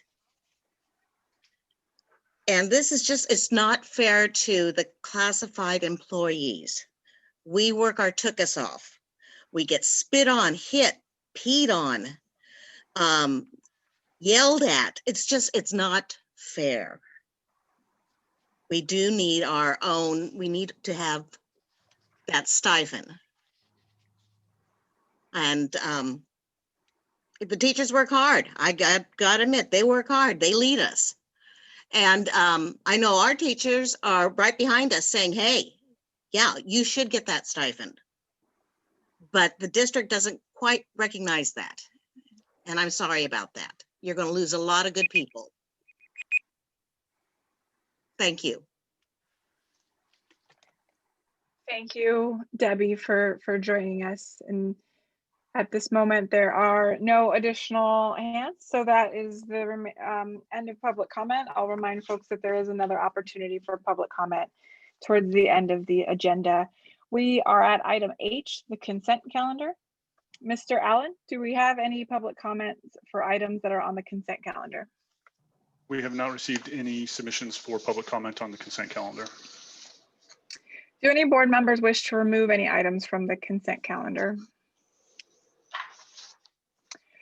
Staff has requested that item H2 purchasing reports be pulled at this moment. So Mr. Camarda, I'm not sure if you had any remarks on that piece. Yeah, thank you, President Villasquez, members of the board, Superintendent Kern. I'd like to pull off consent item H2, specifically the McCarthy Building Company Amendment 4. Unfortunately, the subcontractor that was selected for that particular amendment is unable to meet the skilled and trained workforce requirements. This item shall be removed and will be brought back as soon as we have prepared another subcontractor, or McCarthy has prepared another subcontractor to perform the work that's listed in the description section of the purchasing contracts from the board item. So I appreciate the board removing that line item. Thank you. Okay, item H2 will be pulled from the agenda. Is there a motion to approve items H1 and items H3 through H7? So moved. Second. It's been moved by Ms. Creason and seconded by Mr. Hernandez. All those in favor, please indicate by saying aye. Aye. Aye. That was unanimous. We are at item, so Mr. Camarda's already addressed item H2, and you're going to bring that back, correct? Or did H2, the remaining items on H2 should be I see by the okay board. Okay, so so the amendment is without the can you repeat it just so I make sure I have my motion right? Yeah, the additional H2, all the items listed in the purchasing contract board report should move forward, and the line of the McCarthy Amendment 4 should be removed and will be brought back at a later date. Thank you. I couldn't recall the number of the amendments. I appreciate that. So is there a motion to approve item H2 as amended? So moved. It's been moved by Dr. McKibben. Is there a second? Second. Seconded by Ms. Costa. All those in favor, please indicate by saying aye. Aye. Aye. Aye. That was unanimous. With that, we are at item J1, the 2019-2020 audit report. Mr. Stevens, please begin when you are ready. Thank you very much, President Viasquez, members of the board, Superintendent Kern, and Mrs. Cunningham. This afternoon, the District Audit Committee did convene. I want to thank everyone on the committee who took the time to hear that detailed report from the district independent auditors. This evening, the superintendent is recommending that the board accept the 2019-20 audit report as prepared and presented by our district independent auditors. I'd like now to introduce Jen Aris, who is Managing Director with Crow LLP, our independent auditing firm. Jen. Thank you, and thank you for having me this evening. I'd first just like to provide some context to those in attendance tonight and just clarify that in a traditional or normal year, the filing requirement for the district's audit report would actually be today, December 15th. That's our traditional deadline, but with the impacts of COVID this year, that deadline had been extended to March 31st of 2020. And so really want to commend the San Juan Business Office and all of the personnel that work to support the audit across the varying departments for their commitment to the process and their ability to stay the course through all of the challenges that they were facing both professionally and personally through the pandemic. So we perform our audits focused in the spring on internal controls and certain areas of state compliance, and then also perform procedures year end and focused on financial statement reporting and substantive testing. And all of this work was performed remotely. Audit risk obviously had increased given everything that the world was facing. And so the fact that we are here with you tonight to report on the great results that you'll see as we take a look at the audit on a timely basis is really commendable. And so again, just want to express our appreciation to all of those within the district that helped to support that process. We are responsible as your auditors for 5 audit opinions that are included within the financial statements, but those financial statements are actually the responsibility of management. And so we as the auditor follow both auditing standards within the United States as well as governmental auditing standards. And happy to report to you tonight that there were no adjustments to the financial information that we were given to audit. So clean audit, as you'll see here in a few moments, but very, very good results and definitely good news for the district. I'm going to go ahead and share my screen here with you and just show a summary page that is included in the audit that will help to nicely summarize the opinions that have been issued. So I believe that you can see that now. And this page here is the schedule of audit findings and question costs. And so as I mentioned, we issue 5 audit reports. One is on the financial information of the district. Another is on the internal controls that are in place within the district to really compile that financial information, account for it throughout the year, and then summarize it in a format that's included in the financials. And you can see here at the top of the screen, we have unmodified, an unmodified opinion or a clean opinion, if you will, to report for the financial information as well as the internal controls. There were no material weaknesses or significant deficiencies identified through that process. Do you mind zooming in just a little bit? Certainly. And in case someone is following along, I'm actually on page 96. So thank you for that reminder. I'll zoom in a little bit here. Hopefully that's better. So continuing along this summary here of findings, because of the federal funding that is received by the district, we are required to perform separate procedures over certain major programs within the federal expenditures. And so again, we're able to issue an unmodified or clean opinion here with no findings. So again, good news for the district.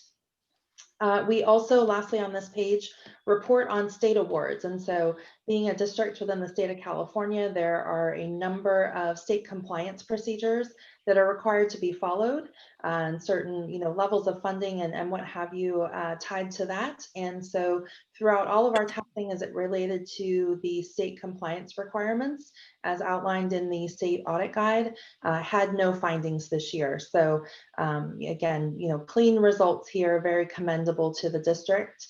I would also just add that this is the second year of no findings, so there are no prior year findings to follow up on, if you will, clean results in the past 2 audits.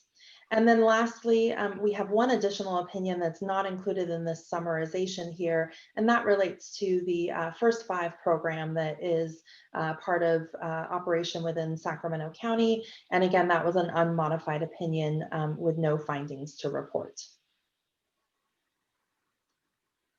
I will stop sharing my screen, and certainly if there are any questions, I'd be happy to address them. Thank you very much, Ms. Oz, for walking us through that. I'm going to take a moment to pause to see if we have any public comments on this item at this time. Mr. Allen, are there any submissions on this item? We have not had any submissions for this item, President Vasquez. Okay, I do see one raised hand on the platform. Eric Daniel, please begin when you are ready. As a quick reminder, comments are limited to 2 minutes. Go ahead. Hello, I'm a campus monitor at Thomas Edison, and I've been there several years, and I work alongside with teachers. And not only was I'm the campus monitor when I was there, I'm like the campus monitor when I help teachers out with the Zooms. As far as policing the airways, make sure that everything's, correct and respectable. And I also do read-alongs for the younger kids because we are a K-8. And I support the teachers as much as I can. We also help the office out with my fellow recades. We come in and do extra time by calling for missed for attendances. So we call all the try and make sure that they get the attendance taken care of. So we did give us a list of people to call, and we take care of that. We just took care of the lunch forms for the office, also helping out as much as we can and being safe as we can too with the COVID we're dealing with and everything. And I just want to to let you guys know that we work behind the teachers, that we got their backs, and it's just like dealing with the stress of the COVID, we're still, there, helping out as much as we can, mentally with the students, being there for the students. I have students all the time, always, kind of like break down a little bit. And I just remember to tell them that there's light at the end of the tunnel and just try to, focus and, get their minds, knowing that, hey, we'll be back soon and stuff. So just so you guys, I just want to let you guys know that. And I thank you for letting me talk. Thank you, Mr. Daniels. I'll remind our visitors, we do have item M, which is another general visitor comments. And right now we are at item J2. So seeing no additional public comment at this time, I will turn it back to my colleagues, and we'll just go in order since we're in our Zoom format. It's a little bit easier. Mr. Hernandez, do you have any comments as also an audit committee member? I just want to thank our auditor and our staff, Mr. Stevens and his staff, for the incredible work to have a no finding with a district as large as ours. I don't think people understand that how incredibly, what a great achievement that is. And to have it 2 years in a row is marvelous. So kudos to all our financial team, and thank you so much for that. Thank you, Mr. Hernandez. Ms. Costa. I want to echo what Mr. Hernandez said. In 8 years on the board and 40 years in the district before that, I don't know of another time that we had 2 years of a perfect audit. I think that is really incredible. So hats off to Mr. Stevens and his department, and hats off to our school staffs who contributed to this as well. So obviously the training is working, the partnership is working, and great job to have 2 years in a row. Thanks so much. Thank you, Ms. Costa. Ms. Creason. Thanks. Just echo, thankful for the team that is keeping it together. I mean, no adjustments at all is huge. In much smaller organizations, there's little things here and there that just kind of happen. So that's a big deal for a district as large as ours to be able to pull that off 2 years in a row. And I'm always so happy when there's never an emphasis of matter in an audit. It's always the first thing I look for. And we have none of those problems. So I just really appreciate everything that you all do. Thank you, Ms. Creason. Dr. McKibben. Just very impressive. Thank you very much. Thank you all. And as the additional member of the audit committee, I appreciate you making the job pretty easy. I think it was pretty easy for us to volunteer to stay in the position given the last 2 years. Thanks for the whole team. It's been a pretty crazy year. In our audit committee meeting, there was also just discussion about how things have had to, like everybody, have had to be modified in the new environment that we're working in, but the team didn't skip a beat. So really appreciate all the efforts and work that went into this. This is an action item. Is there a motion to approve the 2020-2021 is there a motion to accept the 2019-2020 audit report as prepared by Crow LLP? So moved. To Mr. Hernandez. Thank you. All right, I saw the box light up first, so we'll go with it's been moved by Mr. Hernandez and seconded by Ms. Costa. All those in favor, please indicate by saying aye. Aye. Aye. That was unanimous. So with that, we are now at item J2, the 2021 first interim and budget financial status report. Mr. Stevens. Thank you very much, President Viasquez, members of the board, Superintendent Kern, and Mrs. Cunningham. This evening, the superintendent is recommending that the board review and approve the 2020-21 first interim budget report, which is also due today, but we have an extension to turn it in tomorrow. We have recommended to you a positive budget certification, and we think it definitely qualifies for such a designation. In order to showcase the talents of our very capable fiscal staff and to build capacity, I've asked Barbara Gross, one of our fiscal managers, to present the document to you this evening. I want to thank Barbara, her director, Phil Dodelau, and their entire team in preparing this document, which has been very volatile this year. I've been doing this for 29 years, and this is the most, I guess, unusual budget that I've ever put together in those 29 years. We've had very large swings on the revenue side of the budget as well as the expense side of the budget, as you can imagine. So I want to turn the time over now to Barbara Gross for the presentation, and then we'd be happy to entertain questions after the presentation is concluded. Thank you so much. Let me share my screen.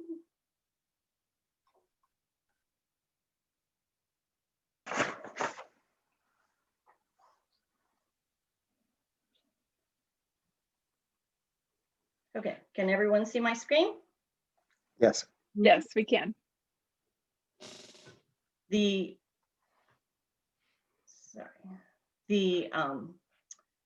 first slide today just tells you that you're accepting the first interim report. Kent already told you that we are presenting this with a positive certification. So let's discuss the core message. These are the core messages that were adopted by the board years ago. They serve as a reminder to the board's commitment to the students. Ms. Gross? Yes. So sorry to interrupt. I think you might not have us fully on kind of the display view for the PowerPoint because we still just see the first slide. No worries. You do? Oh, okay. So hold on, let me stop sharing. Thank you so much for letting me know that. Yeah, of We course. just need Barbara, just turn it into a slideshow presentation. Okay.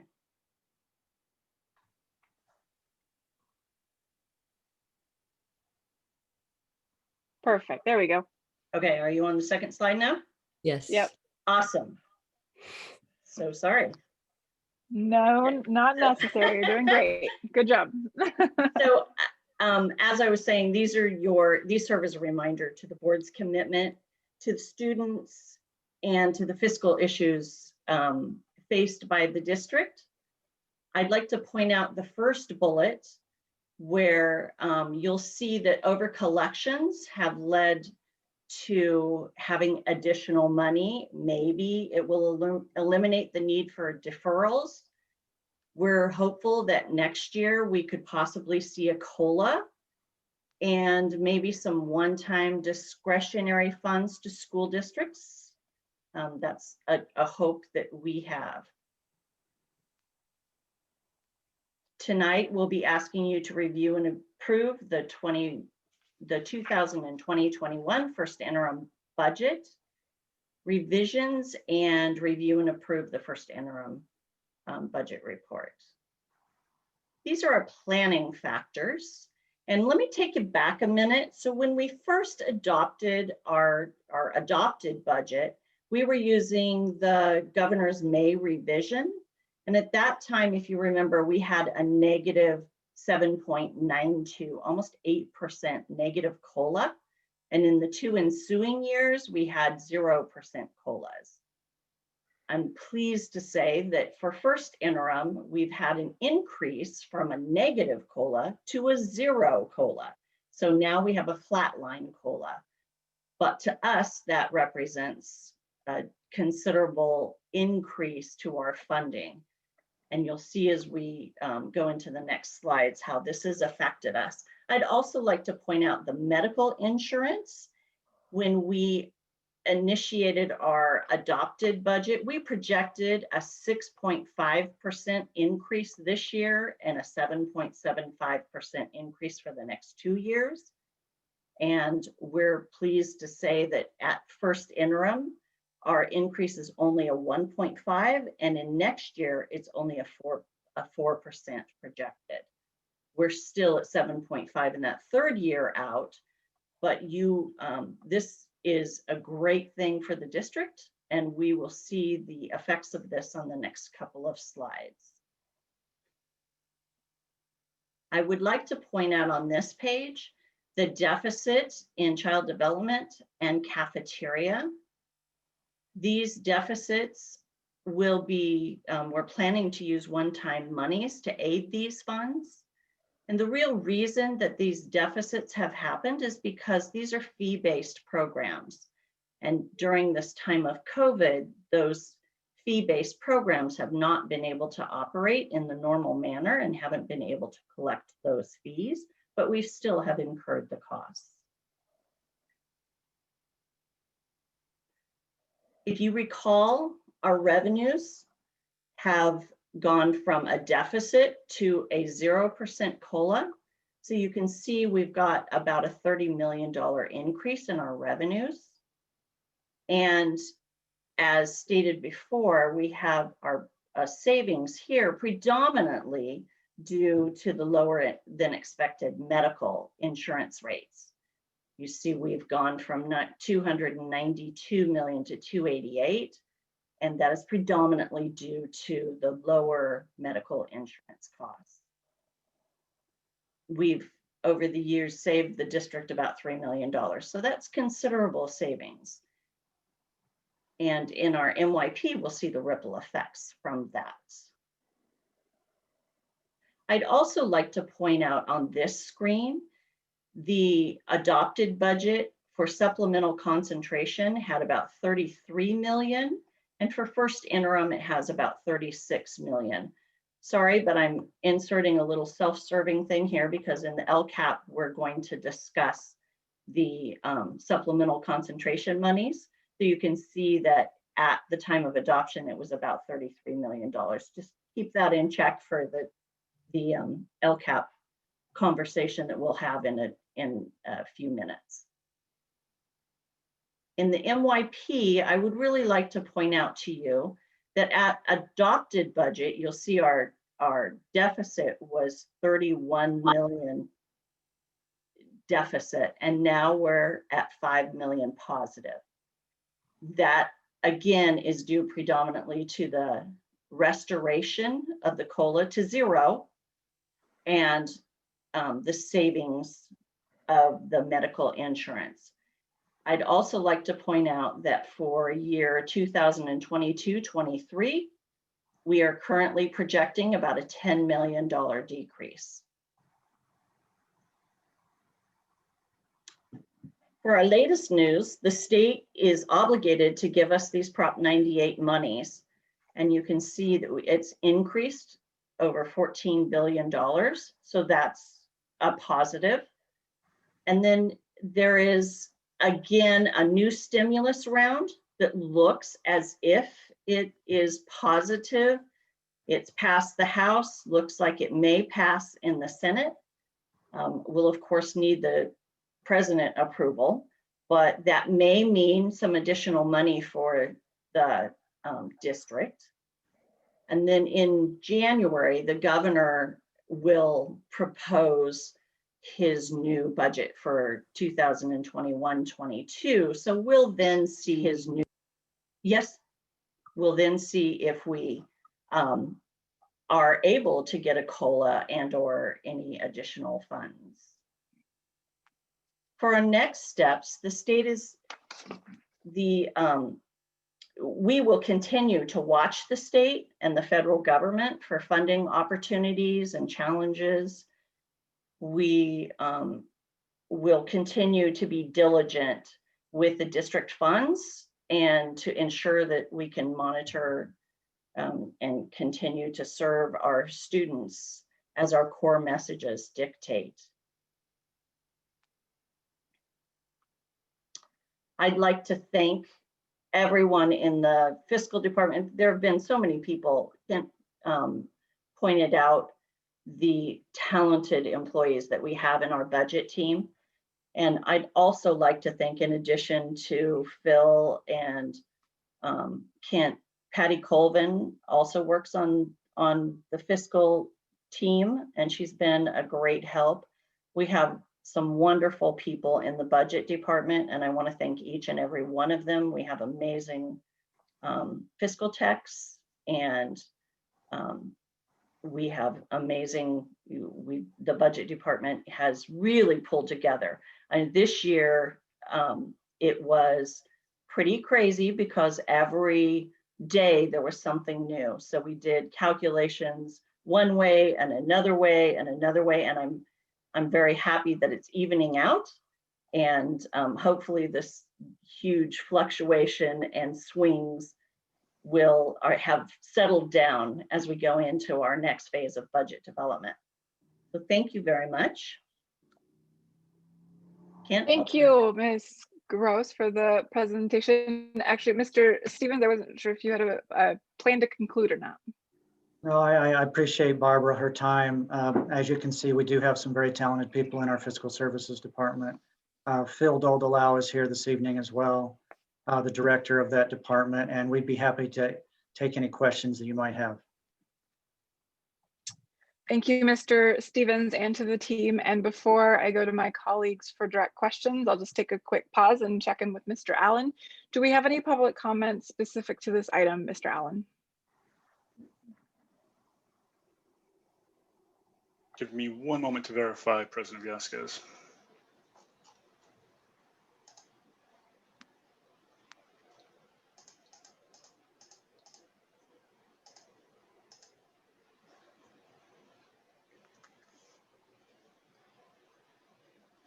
We do not have any comments that have been submitted for this item. Thank you, Mr. Allen. Do any board members have questions or comments on this? We'll begin with Mr. Hernandez. No questions, just a comment. I appreciate the way you summarize the the huge budget packet to the presentation. It really makes it understandable, and thank you very much. Ms. Costa. I just would like to add my thanks too. Great report. Thank you. Ms. Creason.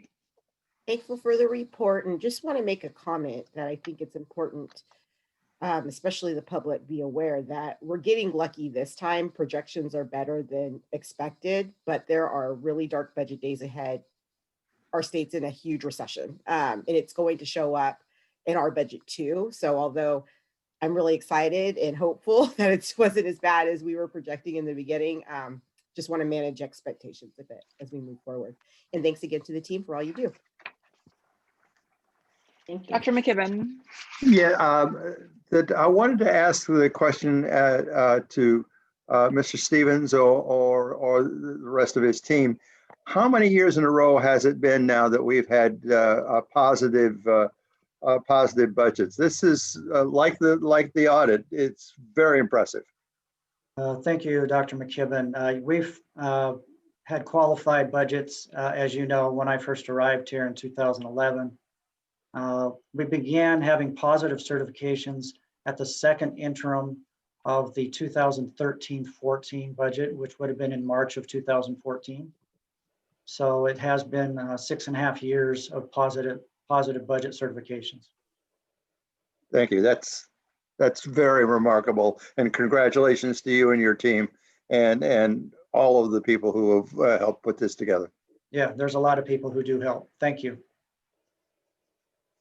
Thank you, Dr. McKibben. And I want to echo the thanks from the board to the entire team that's helped put this together. I do always, and Ms. Gross, you don't have to go back to the direct slide. I know my colleagues have the slides and they're also publicly available, but slide 4 that shows the medical increases. I always like to flip directly there, given my daytime profession and really my kind of career around the Affordable Care Act and a lot of the concerns. I mean, I know there's still a lot of iterations and episodes and there's a lot of unknowns, but I remember early on kind of the warnings and the concerns that the Affordable Care Act would result in dramatically increased premiums on the medical insurance side. And I know that a lot of work goes into that. It didn't just magically happen. But I do always kind of try to flip there and see what happened there, because I like to know what's going on with that part of the story. But you know, to have a 1.5% increase, I know we had a lot of early projections that were higher than that. So I'm thankful to see that.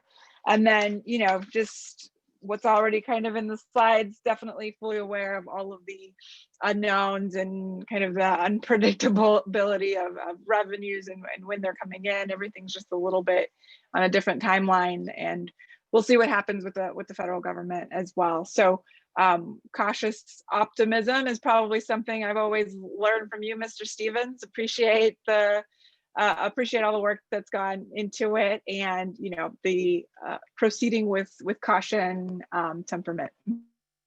Thank you very much. Okay, this is an action item. Is there a motion to approve the 2021 first interim report, which reflects a positive certification of the district's ability to maintain fiscal solvency for the current and subsequent 2 fiscal years?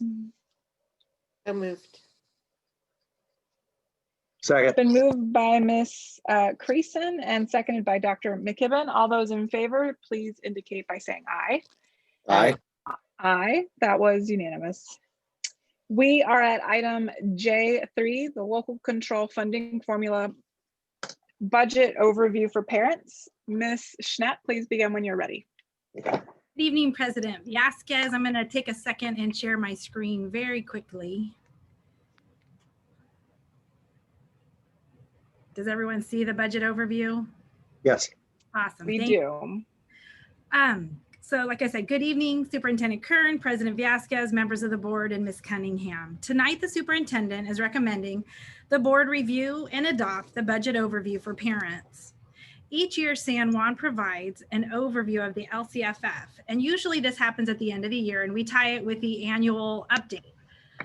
Senate Bill 98 added language to change this date to December 15th, and it's in conjunction with our interim budget report. So we will be presenting tonight in tandem with our interim.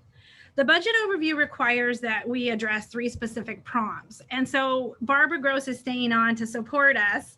And what she will be doing is reviewing and discussing the outcomes from the the first response in the prompt. And I just want to lay the groundwork that we didn't have a lot of flexibility with this report. It's a template from CDE. We plug in the numbers and this is generated.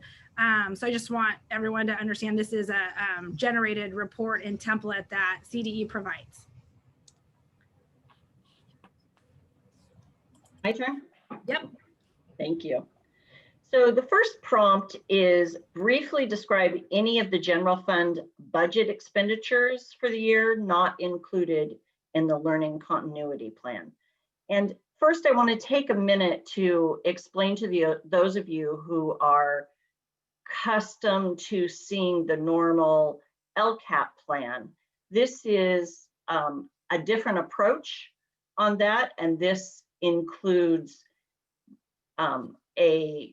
it was created again at a budget adoption time using the governor's May revise. So as I pointed out before, we had less funding in supplemental and concentration, therefore our budgeted expenditures for that were less. So now let me get back to my prompt, which is the things that we have that are not included. You can see the federal CARES funds are about 34 million. Other federal funds, which include Title I, Title II, and SPED. Our special education federal funding is about 35% of our total federal, and Title I is about 44%. You can see those, the federal funds and the expenditures for those funds are not included. Also, we have other local funds, and some of the expenditures that are not in this plan are certificated and classified employee salaries and benefits, instructional materials and resources, of course, the COVID-19, which I talked about before, but also insurance and professional consulting services.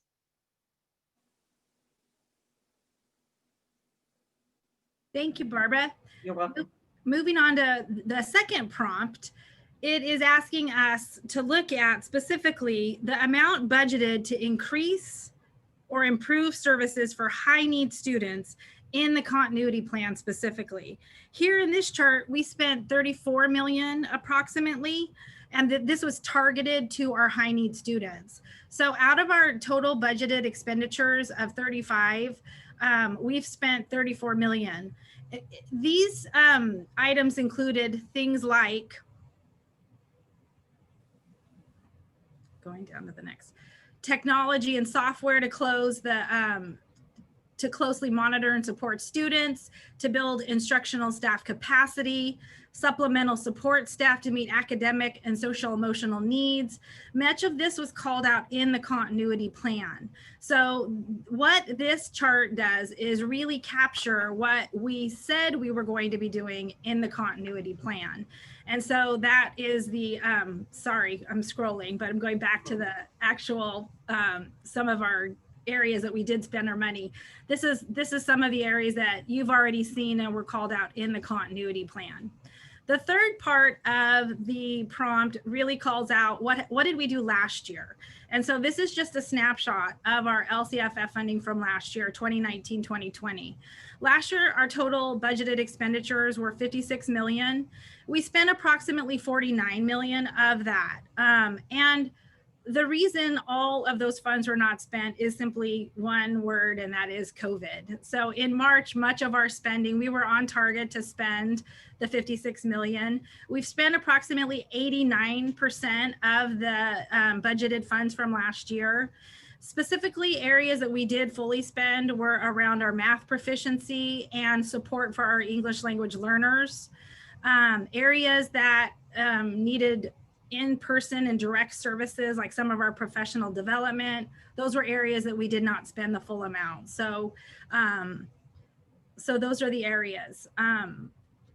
That concludes the 3 prompts from the budget overview, and I'm here and Barbara's here to answer any questions you might have. Thank you, Ms. Schnepp and Ms. Gross for the presentation. At this moment, we're going to pause and see if there's any public comments specific to this item. Mr. Allen? We do not have any hands raised for those who are attending with us here in Zoom, and we have not had any comments submitted for this item at this time, President Villescaz. Thank you, Mr. Allen. Do any of my colleagues have questions or comments on this item? I will begin with Mr. Hernandez. No questions, no comments, but thank you for the report. Ms. Costa? Thank you so much for the report. Ms. Creason? No comments. Thank you for the report. Dr. McKibben? Thank you. It's really well put together and easy to understand. And this is really good because the parent trying to make it understandable for the parents is one of the things that we've strived for. And I think we've got it this time. Thank you. President Villescaz, can I make just a quick comment before you make final remarks? One of the things that we need to be prepared for is with some of the challenges we've faced this year in getting some of the meal apps in, we are potentially going to see a decrease in both our supplemental funding next year, as well as we had just gotten into the concentration funding.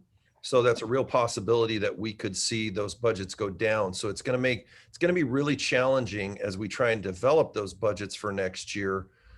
We may have to take somewhat of a conservative approach, not knowing and not wanting to overspend.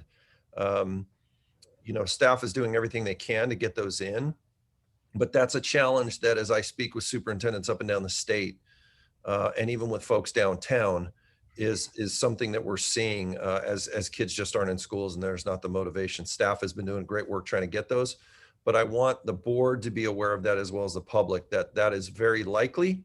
Hopefully that would just be kind of a one-year change and then we may rebound the following year. But the concentration dollars are based on a 3-year average. So if we see a significant decrease next year, that is something that could actually affect us for a year or two. Yeah, Mr. Kern, and I'm just, wondering if specific to this item, I know getting enrollment and participation in that is not a challenge that was unique to us. So I wonder if there's conversations with some of our, or maybe even some advocacy efforts around with our legislative partners or others to talk about kind of, they've been open to sort of hold harmless type provisions to make sure that we are not as adversely impacted. So maybe that's something for consideration. Yeah, we've had that conversation with folks downtown about that hold harmless language. They extended the deadline, but they have not been welcoming at all to the conversation about hold harmless. Mr. Stevens, you want to add a little bit? Because I know you were in a conversation about that the other day as well. Yeah, I agree. They think that they've already made a compromise, frankly, by extending the deadline for us to continue to identify high poverty students. That's done through the free and reduced meal application or the alternative form application. They extended that to the end of December. They feel like, I think that's as far as they can go, but by all means, any board member who wants to help us advocate for that, that would be wonderful, either through CSBA or through your own personal advocacy. That would be great. As you know, they've held harmless our attendance, our ADA, but they do not seem to have an appetite to hold harmless the unduplicated pupil count, which it funds our supplemental and concentration grants. Yeah, appreciate that feedback. And I mean, I know it's just kind of a double-edged sword. I mean, the likelihood is that there's not a willingness to revisit it because of the role that number plays in our allocation formula. However, given how fluid both budgeting and numbers have been across the board, I mean, it's worth asking the question. So anyway, I, as always, appreciate your reflections, Mr. Stevens, on that. For Ms. Schnepp, I'm just wondering, can you, you discussed it at the beginning of your presentation, but can you just speak a little bit to how this is out of cycle and hopefully we'll be back into what the regular cycle and what that looks like? Oh, regular sounds so good. What that means anymore. This is, we are now moving into our annual update for our LCAP, and We had a meeting today with CDE, Tuesdays at 2, where they are sharing the template that we'll be using. So that should be coming out by January 15th. So once that is, we were able to give feedback today during the CDE meeting, and they will take that feedback and then they'll share the template with us mid-January, and we'll be able to move forward. So we're ready for that. Great, that's fantastic news. I know that the template's a moving target and has been for years past. So it sounds like we'll have a little bit of lead time, not a lot. January is not that early, but it sounds like it's on track, which is really great to hear. Yes. Yeah, we did a lot of great work last year. So yeah, well, thanks for picking that up where everybody left off. I know it's a big lift. This is an action item. Is there a motion to adopt the local control funding formula budget overview for parents? So moved. It's been moved by Dr. McKibben. Is there a second? Second. And seconded by Ms. Costa. All those in favor, please indicate by saying aye. Aye. Aye. That was unanimous. We are now at item J4, Choices Charter School Local Control Funding Formula Budget Overview for Parents. Ms. Flagler, please begin when you're ready. Good evening, President Villesquez, members of the board, Superintendent Kern, and Ms. Cunningham. The superintendent is recommending that the board review and adopt the Choices Charter School Local Control Funding Formula Budget Overview for Parents. Ms. Schnapp and Ms. Gross provided a basic overview and purpose of this report, and I know that you have a copy in your board packet. Joining us this evening is Choices Charter School Director Tony Odo, who is available to answer any questions that you may have. Thank you. Thank you, Ms. Flagler, and thank you, Mr. Odo, for being available. Did you have a prepared presentation, or that was it? We do not, no. Okay, all right. I just wanted to make sure I wasn't skipping over anybody. Mr. Allen, we'll now pause for public comment specific to this item. Are there any in the queue? We do not have any hands raised from those attending, and we have not had any comments submitted at this time, President Villesquez. Thank you, Mr. Allen. Do any of my colleagues have questions on this? Mr. Hernandez? No questions, thank you. Ms. Costa? No questions. Ms. Creason? No questions, thanks. Dr. McKibben? No, thank you. None from me either. Thanks for the presentation prior to this for queuing up the general concepts and procedures. We appreciate it and appreciate your time.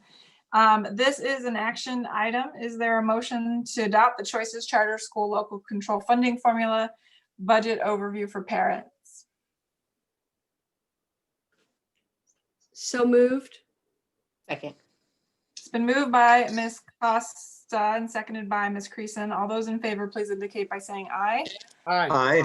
Aye. That was unanimous. We are now at item J5, Science Textbook Adoption for grades TK through 5. Ms. Schnapp, please begin when you're ready.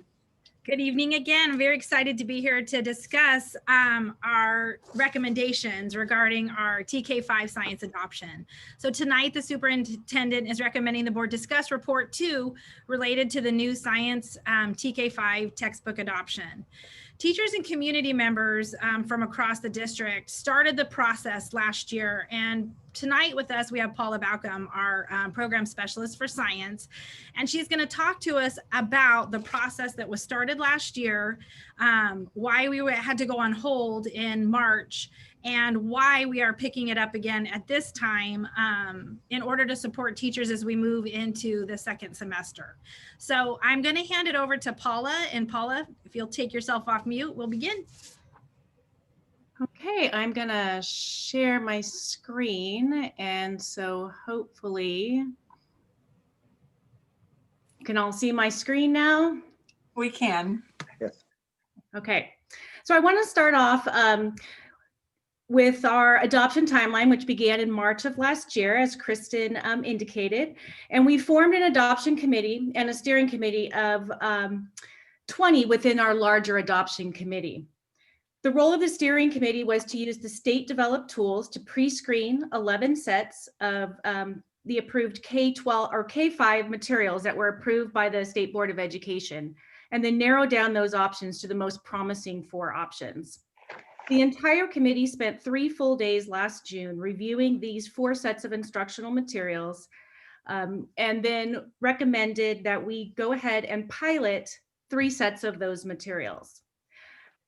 Although we usually select 2 materials for pilot, after much debate, the committee felt that a 3rd should be added to the initial 2 selected because there were some concerns about some technology usage within one of the programs.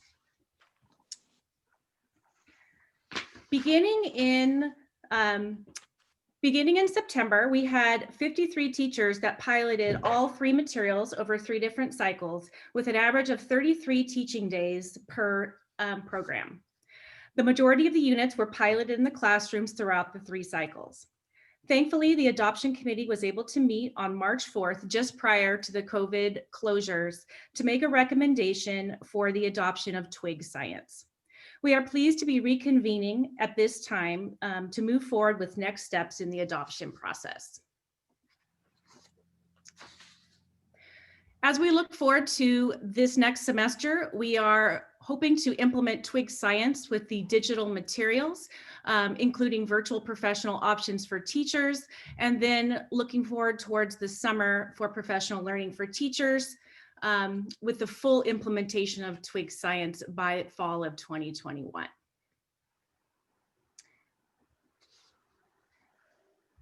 We use the toolkit for instructional materials evaluations, otherwise known as TIME, that was developed by the state in 2019 to pre-screen and screen materials. The pre-screening tool that you see on the screen focused on the materials being aligned to the core components in the next generation science standards, especially that they included phenomena, logical storylines, and 3-dimensional performances within the NGSS. These were specifically designed to help students figure out science concepts. This is the tool our steering committee used to narrow down from the full 11 programs that were adopted by the state down to the 4 that the entire adoption committee would review for next steps that we did last July. On this slide, you see the selection criteria that the adoption committee used to select materials for the pilot during the days in July, and the teachers used to evaluate during the full pilot process as well.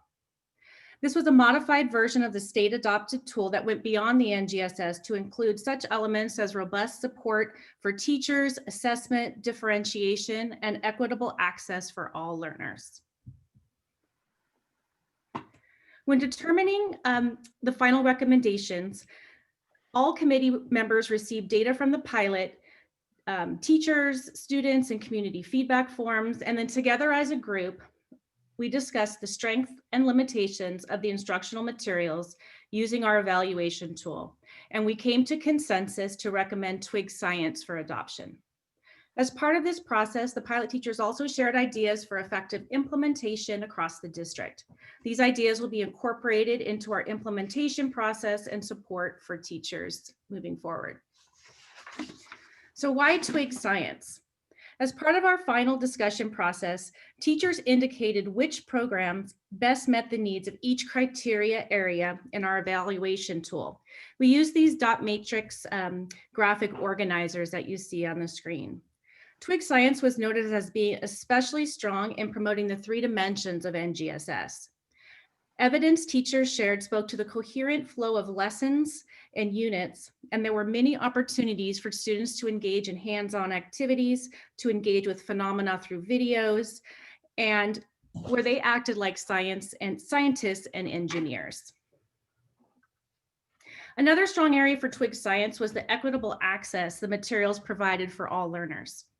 Evidence shared by teachers showed that students connected with the units and lesson phenomena and had many opportunities to engage with literacy through discourse, reading, and writing. We collected 788 total student responses on their experiences with Twig Science. You see the survey at the top was for grades 3 through 5, the bar graph. This was an electronic form, and as you can see, a score of 1 reflects they strongly disagree, while a score of 5 represents strongly agree. The surveys for students in TK2 was on paper And we use smiley faces, neutral faces, and sad faces to indicate how much they like the program, with 1 being a happy face, 2 the neutral face, and 3 with the sad face. We entered those paper responses into digital format to generate the bar graphs for easier analysis of the data.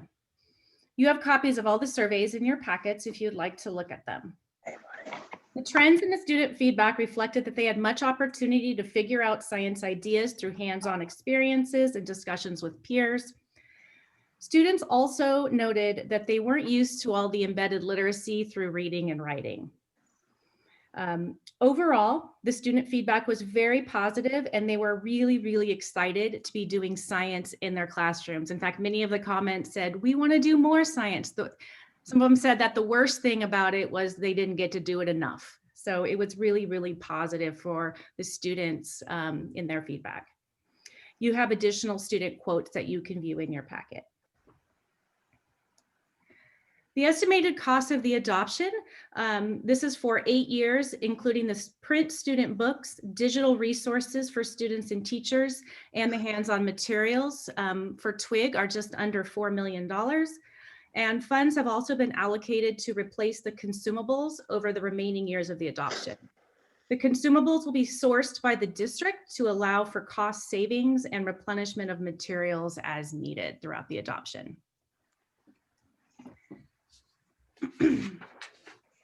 Although the full implementation of TWIG Science with the hands-on kits is not scheduled to begin until the fall of 2021, TWIG will provide our teachers and students with full digital access for the remainder of this school year, which is a big reason why we are moving forward with it at this time. This includes virtual science lessons specifically designed for distance learning, along with their regular TWIG Science digital materials and tools. The plan for professional learning is to provide initial support in January with the distance learning materials through a 1-hour asynchronous module to provide flexibility for teachers, along with several opportunities for live Zoom sessions that will be specific to each grade level. TWIG Science will also provide weekly support on a drop-in session for our teachers as needed. Looking forward to full program implementation, we are planning for 1 full day of professional learning that will be either virtual or face-to-face, depending on the situation with COVID. And we also plan to provide ongoing support throughout the 2021 school year in a variety of fashions for teachers. So that is the conclusion of my presentation. I'm happy to answer any questions that the board might have. Thank you, Ms. Balcom and Ms. Schnepp for the presentation. At this moment, we'll pause to see if there are any public comments specific to this item. Mr. Allen.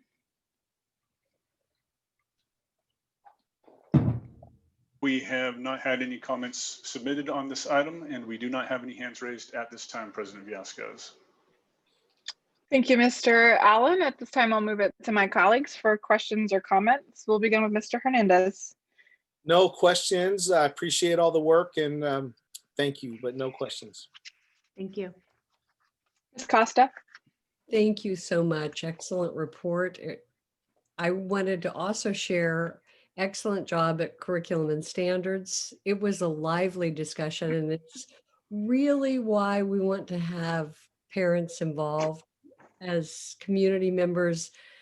Their biggest concern was using the manipulatives once students came back into the classroom and what would happen with hands-on materials. And I thought it was very thoughtful and engaging, and made me realize that their voice is so important as we go through adoptions. So thank you so much. It was wonderful to hear this twice now. Thank you. Ms. Creason. Thank you so much for the report. And this question is probably for Superintendent Kern.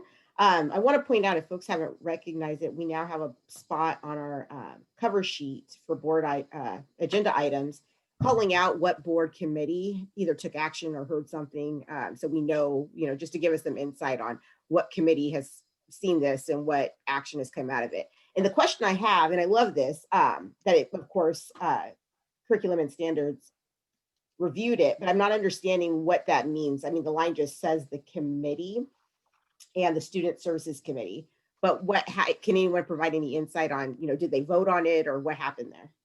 Kristen, you want to take that? Yes, they do vote. This is an action item for CNS. It is in our board policy that we do have to present our report twos to our Curriculum and Standards Committee. So that is part of the process. So, and it was a unanimous vote, it sounds like? Paula, it was unanimous, wasn't it? I believe so. There were a few questions, but I think in the end, they were unanimous. Yes. That's awesome. That's just great to hear. I mean, I just think it's important to uplift that we do have a committee and a process and that they signed off on it too. I just think that it's important to highlight. And then maybe in the future, can we just note that, there was a vote and maybe the action, what was the vote numbers to refer to on the cover sheet? We can do that. And thank you for all your work on it. Thank you. Dr. McKibben. Yes, I wanted to comment on the student feedback and indeed recognize that this is a TK through 5 science program, and here watching the kids talk about how excited they were about science and how many of them were talking about science ideas, and these are relatively young kids and were using their natural curiosity and so forth. And this is as impressive. I spent a lot of time on curriculum instruction, and these are impressive data, and congratulations. But I also wanted to looked at the list of teachers from all grades and all different kinds of schools, and the number of teachers that volunteered their time to take a look at these materials and to test them and to have them be part of their classroom and that sort of thing. And say thank you very much to all of the teachers that really, because testing, I remember, testing new curriculums and that sort of thing, and it does take time, and it is hard work, and so they really need to be recognized. And thank you all very much, as well as the CNI staff. And I have to say, they were an amazing group of teachers to work with throughout this process. They are science superstars, and they also really considered how would this roll out to all of our district teachers. And so they had amazing ideas and strategies, and they were awesome throughout the entire process. Thank you.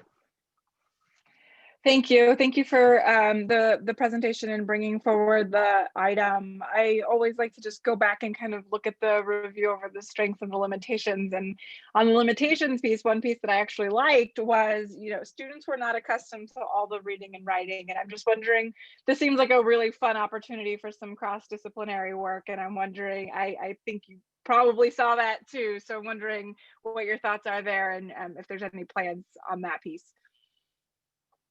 Often our curriculum areas are so siloed. And so one of the benefits of having a strong integrated science program is to really embed those literacy components. So even though students weren't quite used to all the reading and writing, they're getting literacy throughout this whole entire science experiences that they had. So they were engaged with the phenomenon, and then they're reading about it, they're writing about it, they're figuring it out, they're acting like scientists and engineers. So it's all embedded, and we definitely intend to capitalize on those opportunities for math and science integration throughout.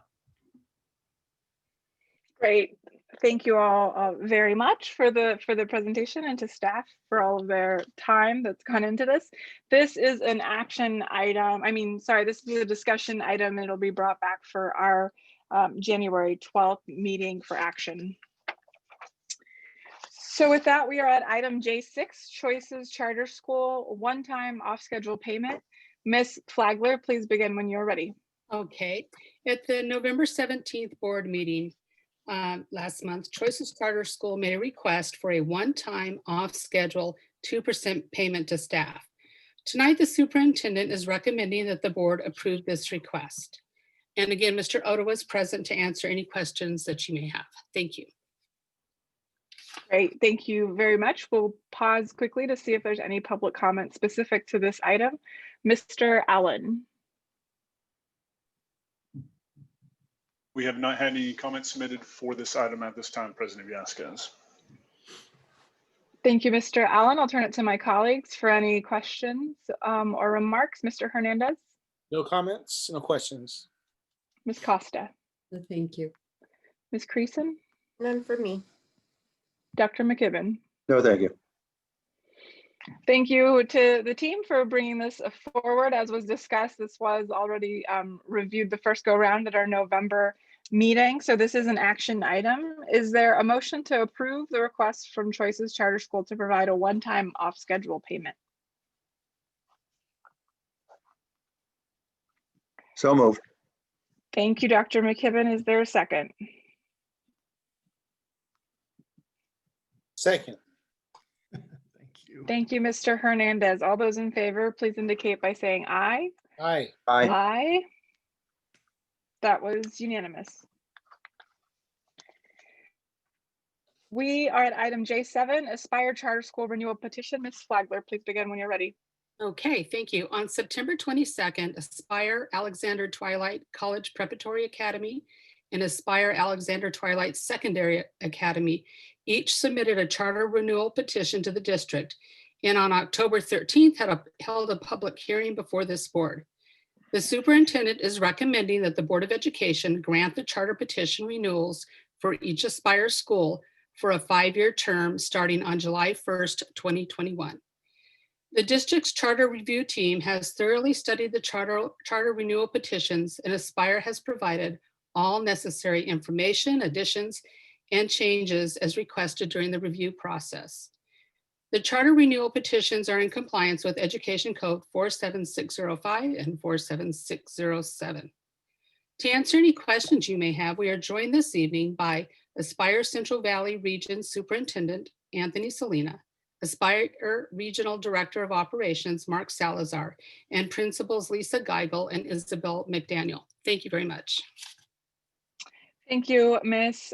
Flagler. I declare the topic of the Aspire Charter School Renewal Petitions a public hearing, and it is now open for public comment. Mr. Allen, are there any public comments specific to this charter item at this time? We have not had any comments submitted, and we do not have any attendees with their hands raised at this time. Okay, there being no comment, I declare this public hearing. Do any board members have any questions or comments? Mr. Hernandez? No comments. Ms. Costa? No, thank you. Ms. Creason? I do not. Dr. McKibben? Yes, Ms. Flagler, will you remind me of which departments are on the charter renewal team, and how many people review this kind of document? It's several people, legal, budget, accountability and evaluation, facilities, special education. I think I've got everybody there. Myself, and human resources. And I also have a retired assistant superintendent who reads through the entire application. So it's people from all over the district. Thank you very much. You're welcome. Okay, I have no questions or comments. So this is an action item. Is there a motion to approve the Aspire Alexander Twilight College Preparatory Academy and Aspire Alexander Twilight Secondary Academy charter renewal petitions for a term of 5 years from July 1st, 2021 through July 30th, 2026?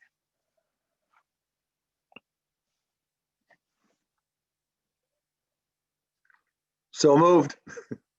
Second.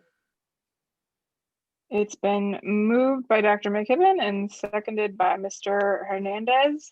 All those in favor, please indicate by saying aye. Aye. Aye. Aye. Any opposed? Any abstentions? That was unanimous. We are at item J8, intent to convey an easement at Howe Avenue Elementary School. Mr. Camarda, there you are. Please begin when you're ready. Thank you, President Viasquez, members of the board, Superintendent Kern, and Ms. Cunningham. Tonight's facilities item is an action item. It is the intent to convey an easement at Howe Avenue Elementary School. The superintendent is recommending that the board adopt resolution number 3016, declaring the intent to convey a permanent easement at Howe Avenue Elementary School to the County of Sacramento, and to call a public hearing to be held on January 12th, 2021. Thank you, Mr. Camardo. We'll take a quick pause to see if there's any public comments specific to this item. Mr. Allen? We have not had any comments submitted, nor do we have any hands raised at this time, President Viasquez. Thank you, Mr. Allen. Do any of my colleagues have any questions or comments? Mr. Hernandez? So this is a action item tonight or a discussion? This is I think it's action tonight. an action item, yeah. So should we be Adopt taking action the when it's going to be heard by the action public item. in January? Yeah, didn't we already have the public hearing on this? We did not. We did not. Okay. So So should this be a discussion then, Frank, tonight? No, this is an action item. This is the board's adopting the resolution to declaring the intent to convey. Oh, okay. I get it. okay. And then the next meeting will be the public hearing that's held to hear public comment, and then take. Okay. Oh, thank you. So Frank, would this be a good time to announce that the facility voted to support this petition? Or would we do that next time? No, that's fine, Board Member Hernandez. Yeah, this was seen by the Facilities Committee at the December meeting, and the Facilities Committee voted unanimously to move this forward. Okay, thank you. Ms. Costa? Ms. Creason? Just a thank you, Mr. Hernandez, for that call out to the committee. I appreciate that. And again, thanks for the report and the work. Dr. McKibben? No questions. Thank you. Is there a motion to adopt resolution 3016 declaring the intent to convey a permanent easement at Howe Avenue Elementary School to the County of Sacramento and to call a public hearing on January 12th? So moved. Second. It's been moved by Ms. Costa and seconded by Ms. Creason. All those in favor, please indicate by saying aye. Aye. Aye. Aye. That was unanimous. Thank you, Mr. Camarda. Thank you. We are at item J9, CSEA tentative agreement. Mr. Schumate, please begin when you're ready. Good evening, President Viasquez, board members, Superintendent Kern, and Ms. Cunningham. I'm here tonight to present the superintendent's recommendation that the board approve the tentative agreement between the California School Employees Association, Chapter 127, and the San Juan Unified School District. This agreement was ratified by 85% of the voting CSEA members on November 16th, 2020.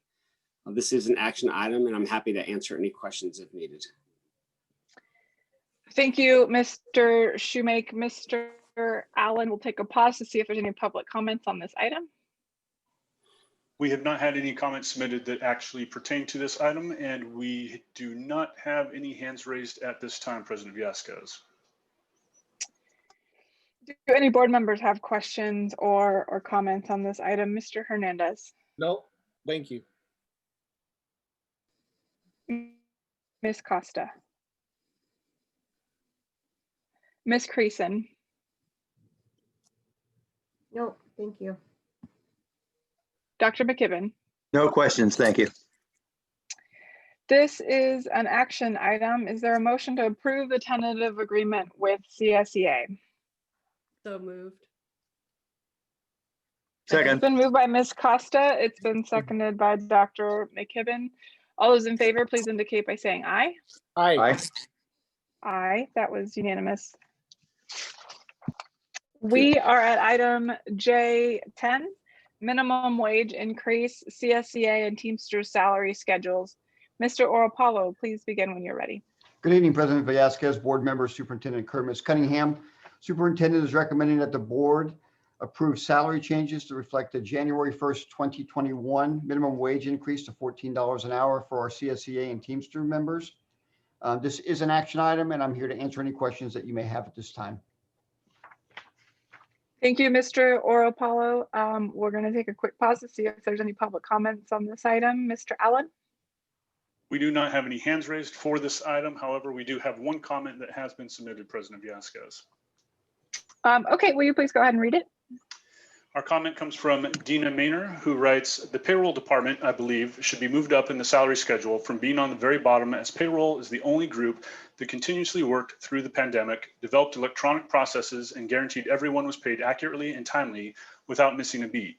You would think the district would reward this group other than the lowest paid. We have all worked very hard to make sure that we have developed an easy to use electronic time card for reporting additional time.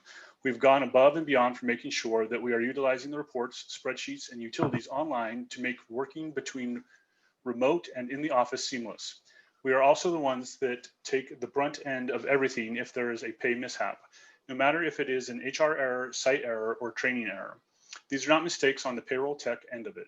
It's truly sad for the superintendent's salary in 1 month takes a payroll the 1 year to make. If we can pay the upper management board such high-end salaries, there should be enough to move the payroll techs 1 and 2 up to a higher level on the salary schedule, as we are truly the ones that keep the employees going. In being able to completely do my job from home and hearing the teachers teach on Zoom, I know that we are working just as hard, if not harder, than these teachers. Thank you, Mr. Allen. Do any board members have questions or comments? Mr. Hernandez? No, thank you. Ms. Costa? Ms. Creason? No comments. Dr. McKibben? No questions.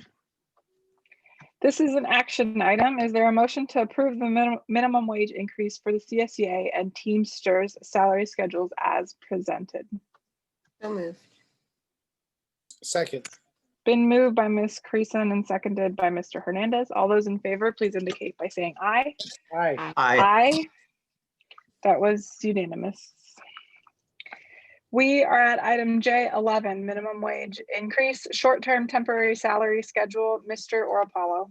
Thank you, President Villescaz, board members, Superintendent Kern, Ms. Cunningham. Superintendent is recommending that the board approve salary changes to reflect the January 1st, 2021 minimum wage salary to $14 an hour for the short-term temporary salaries.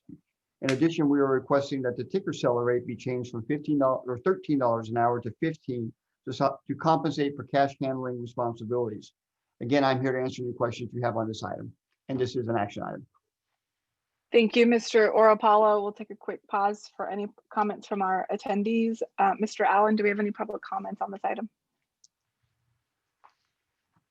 We have not had any comments submitted for this item, nor do we show any hands raised at this time.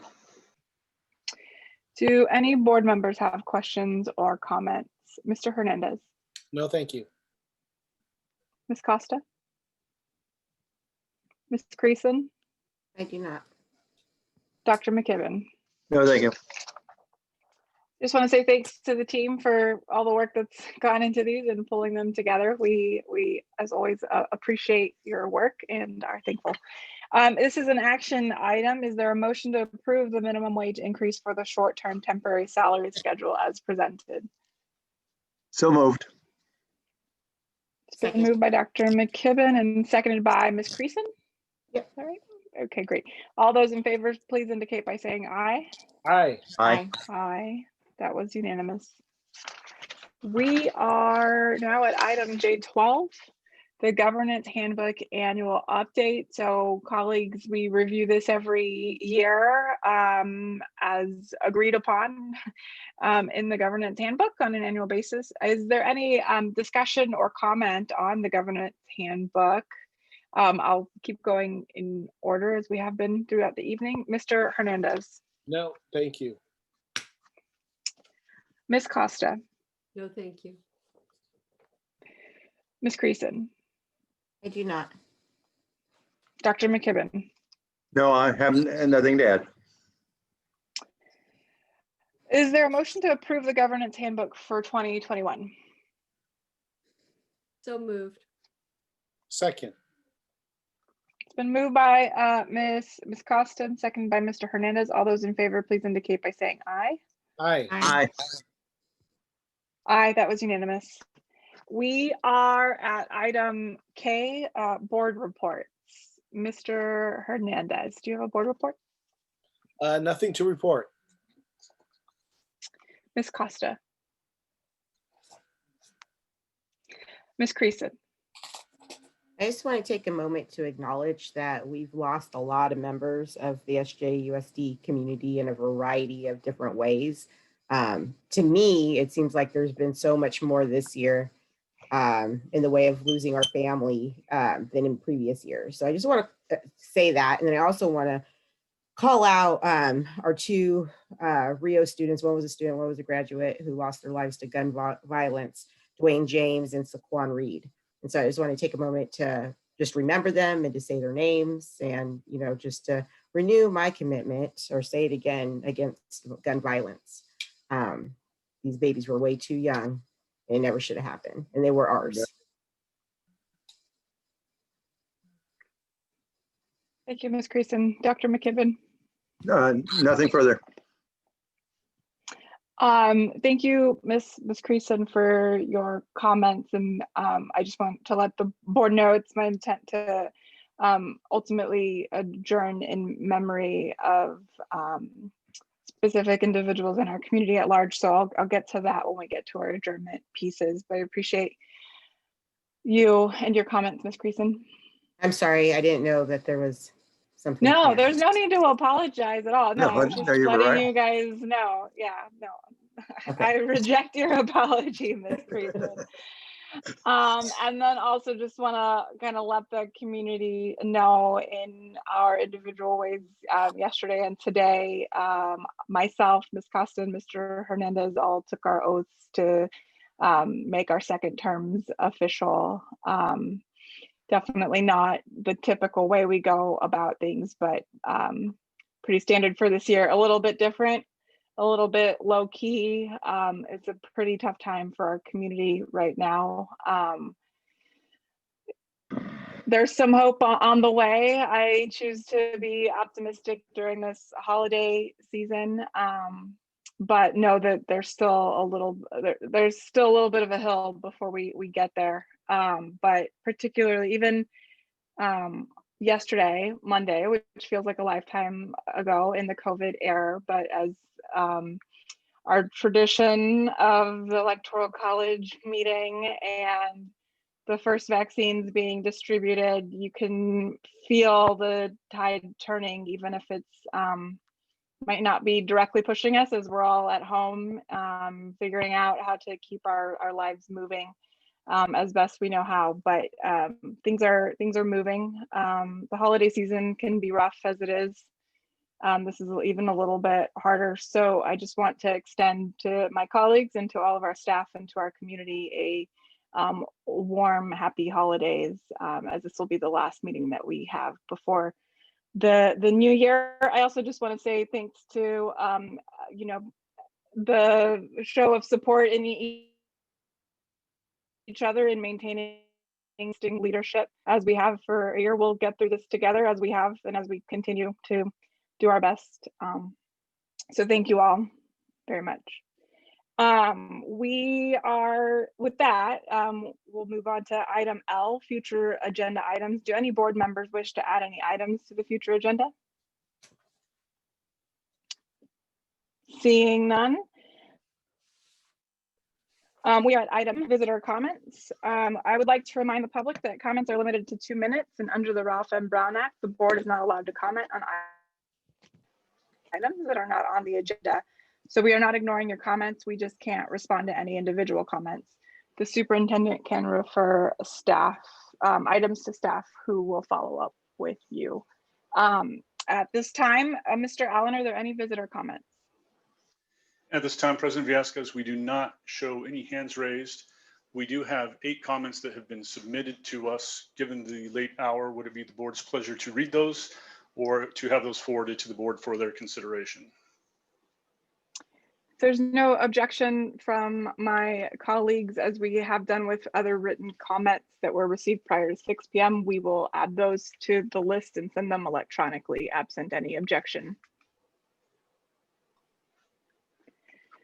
Okay, seeing none, we do not need to return to closed session. So I'll ask that my colleagues please adjourn this meeting in the memory of Dwayne James Jr., Saquon Reed James, student Joel Stevens, culinary arts director and teacher Brent Boltinghouse, and vice principal Chuck Whitaker.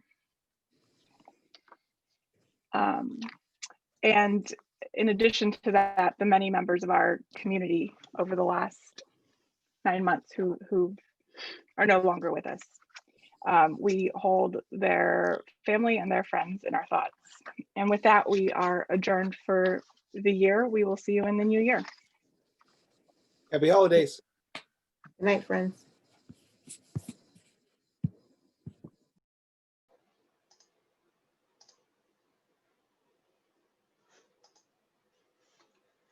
Thank you for joining us tonight. Our next Board of Education meeting is scheduled for January 12th. Public session is expected to start at 6:30 p.m. and we do anticipate being on Zoom for that meeting as well.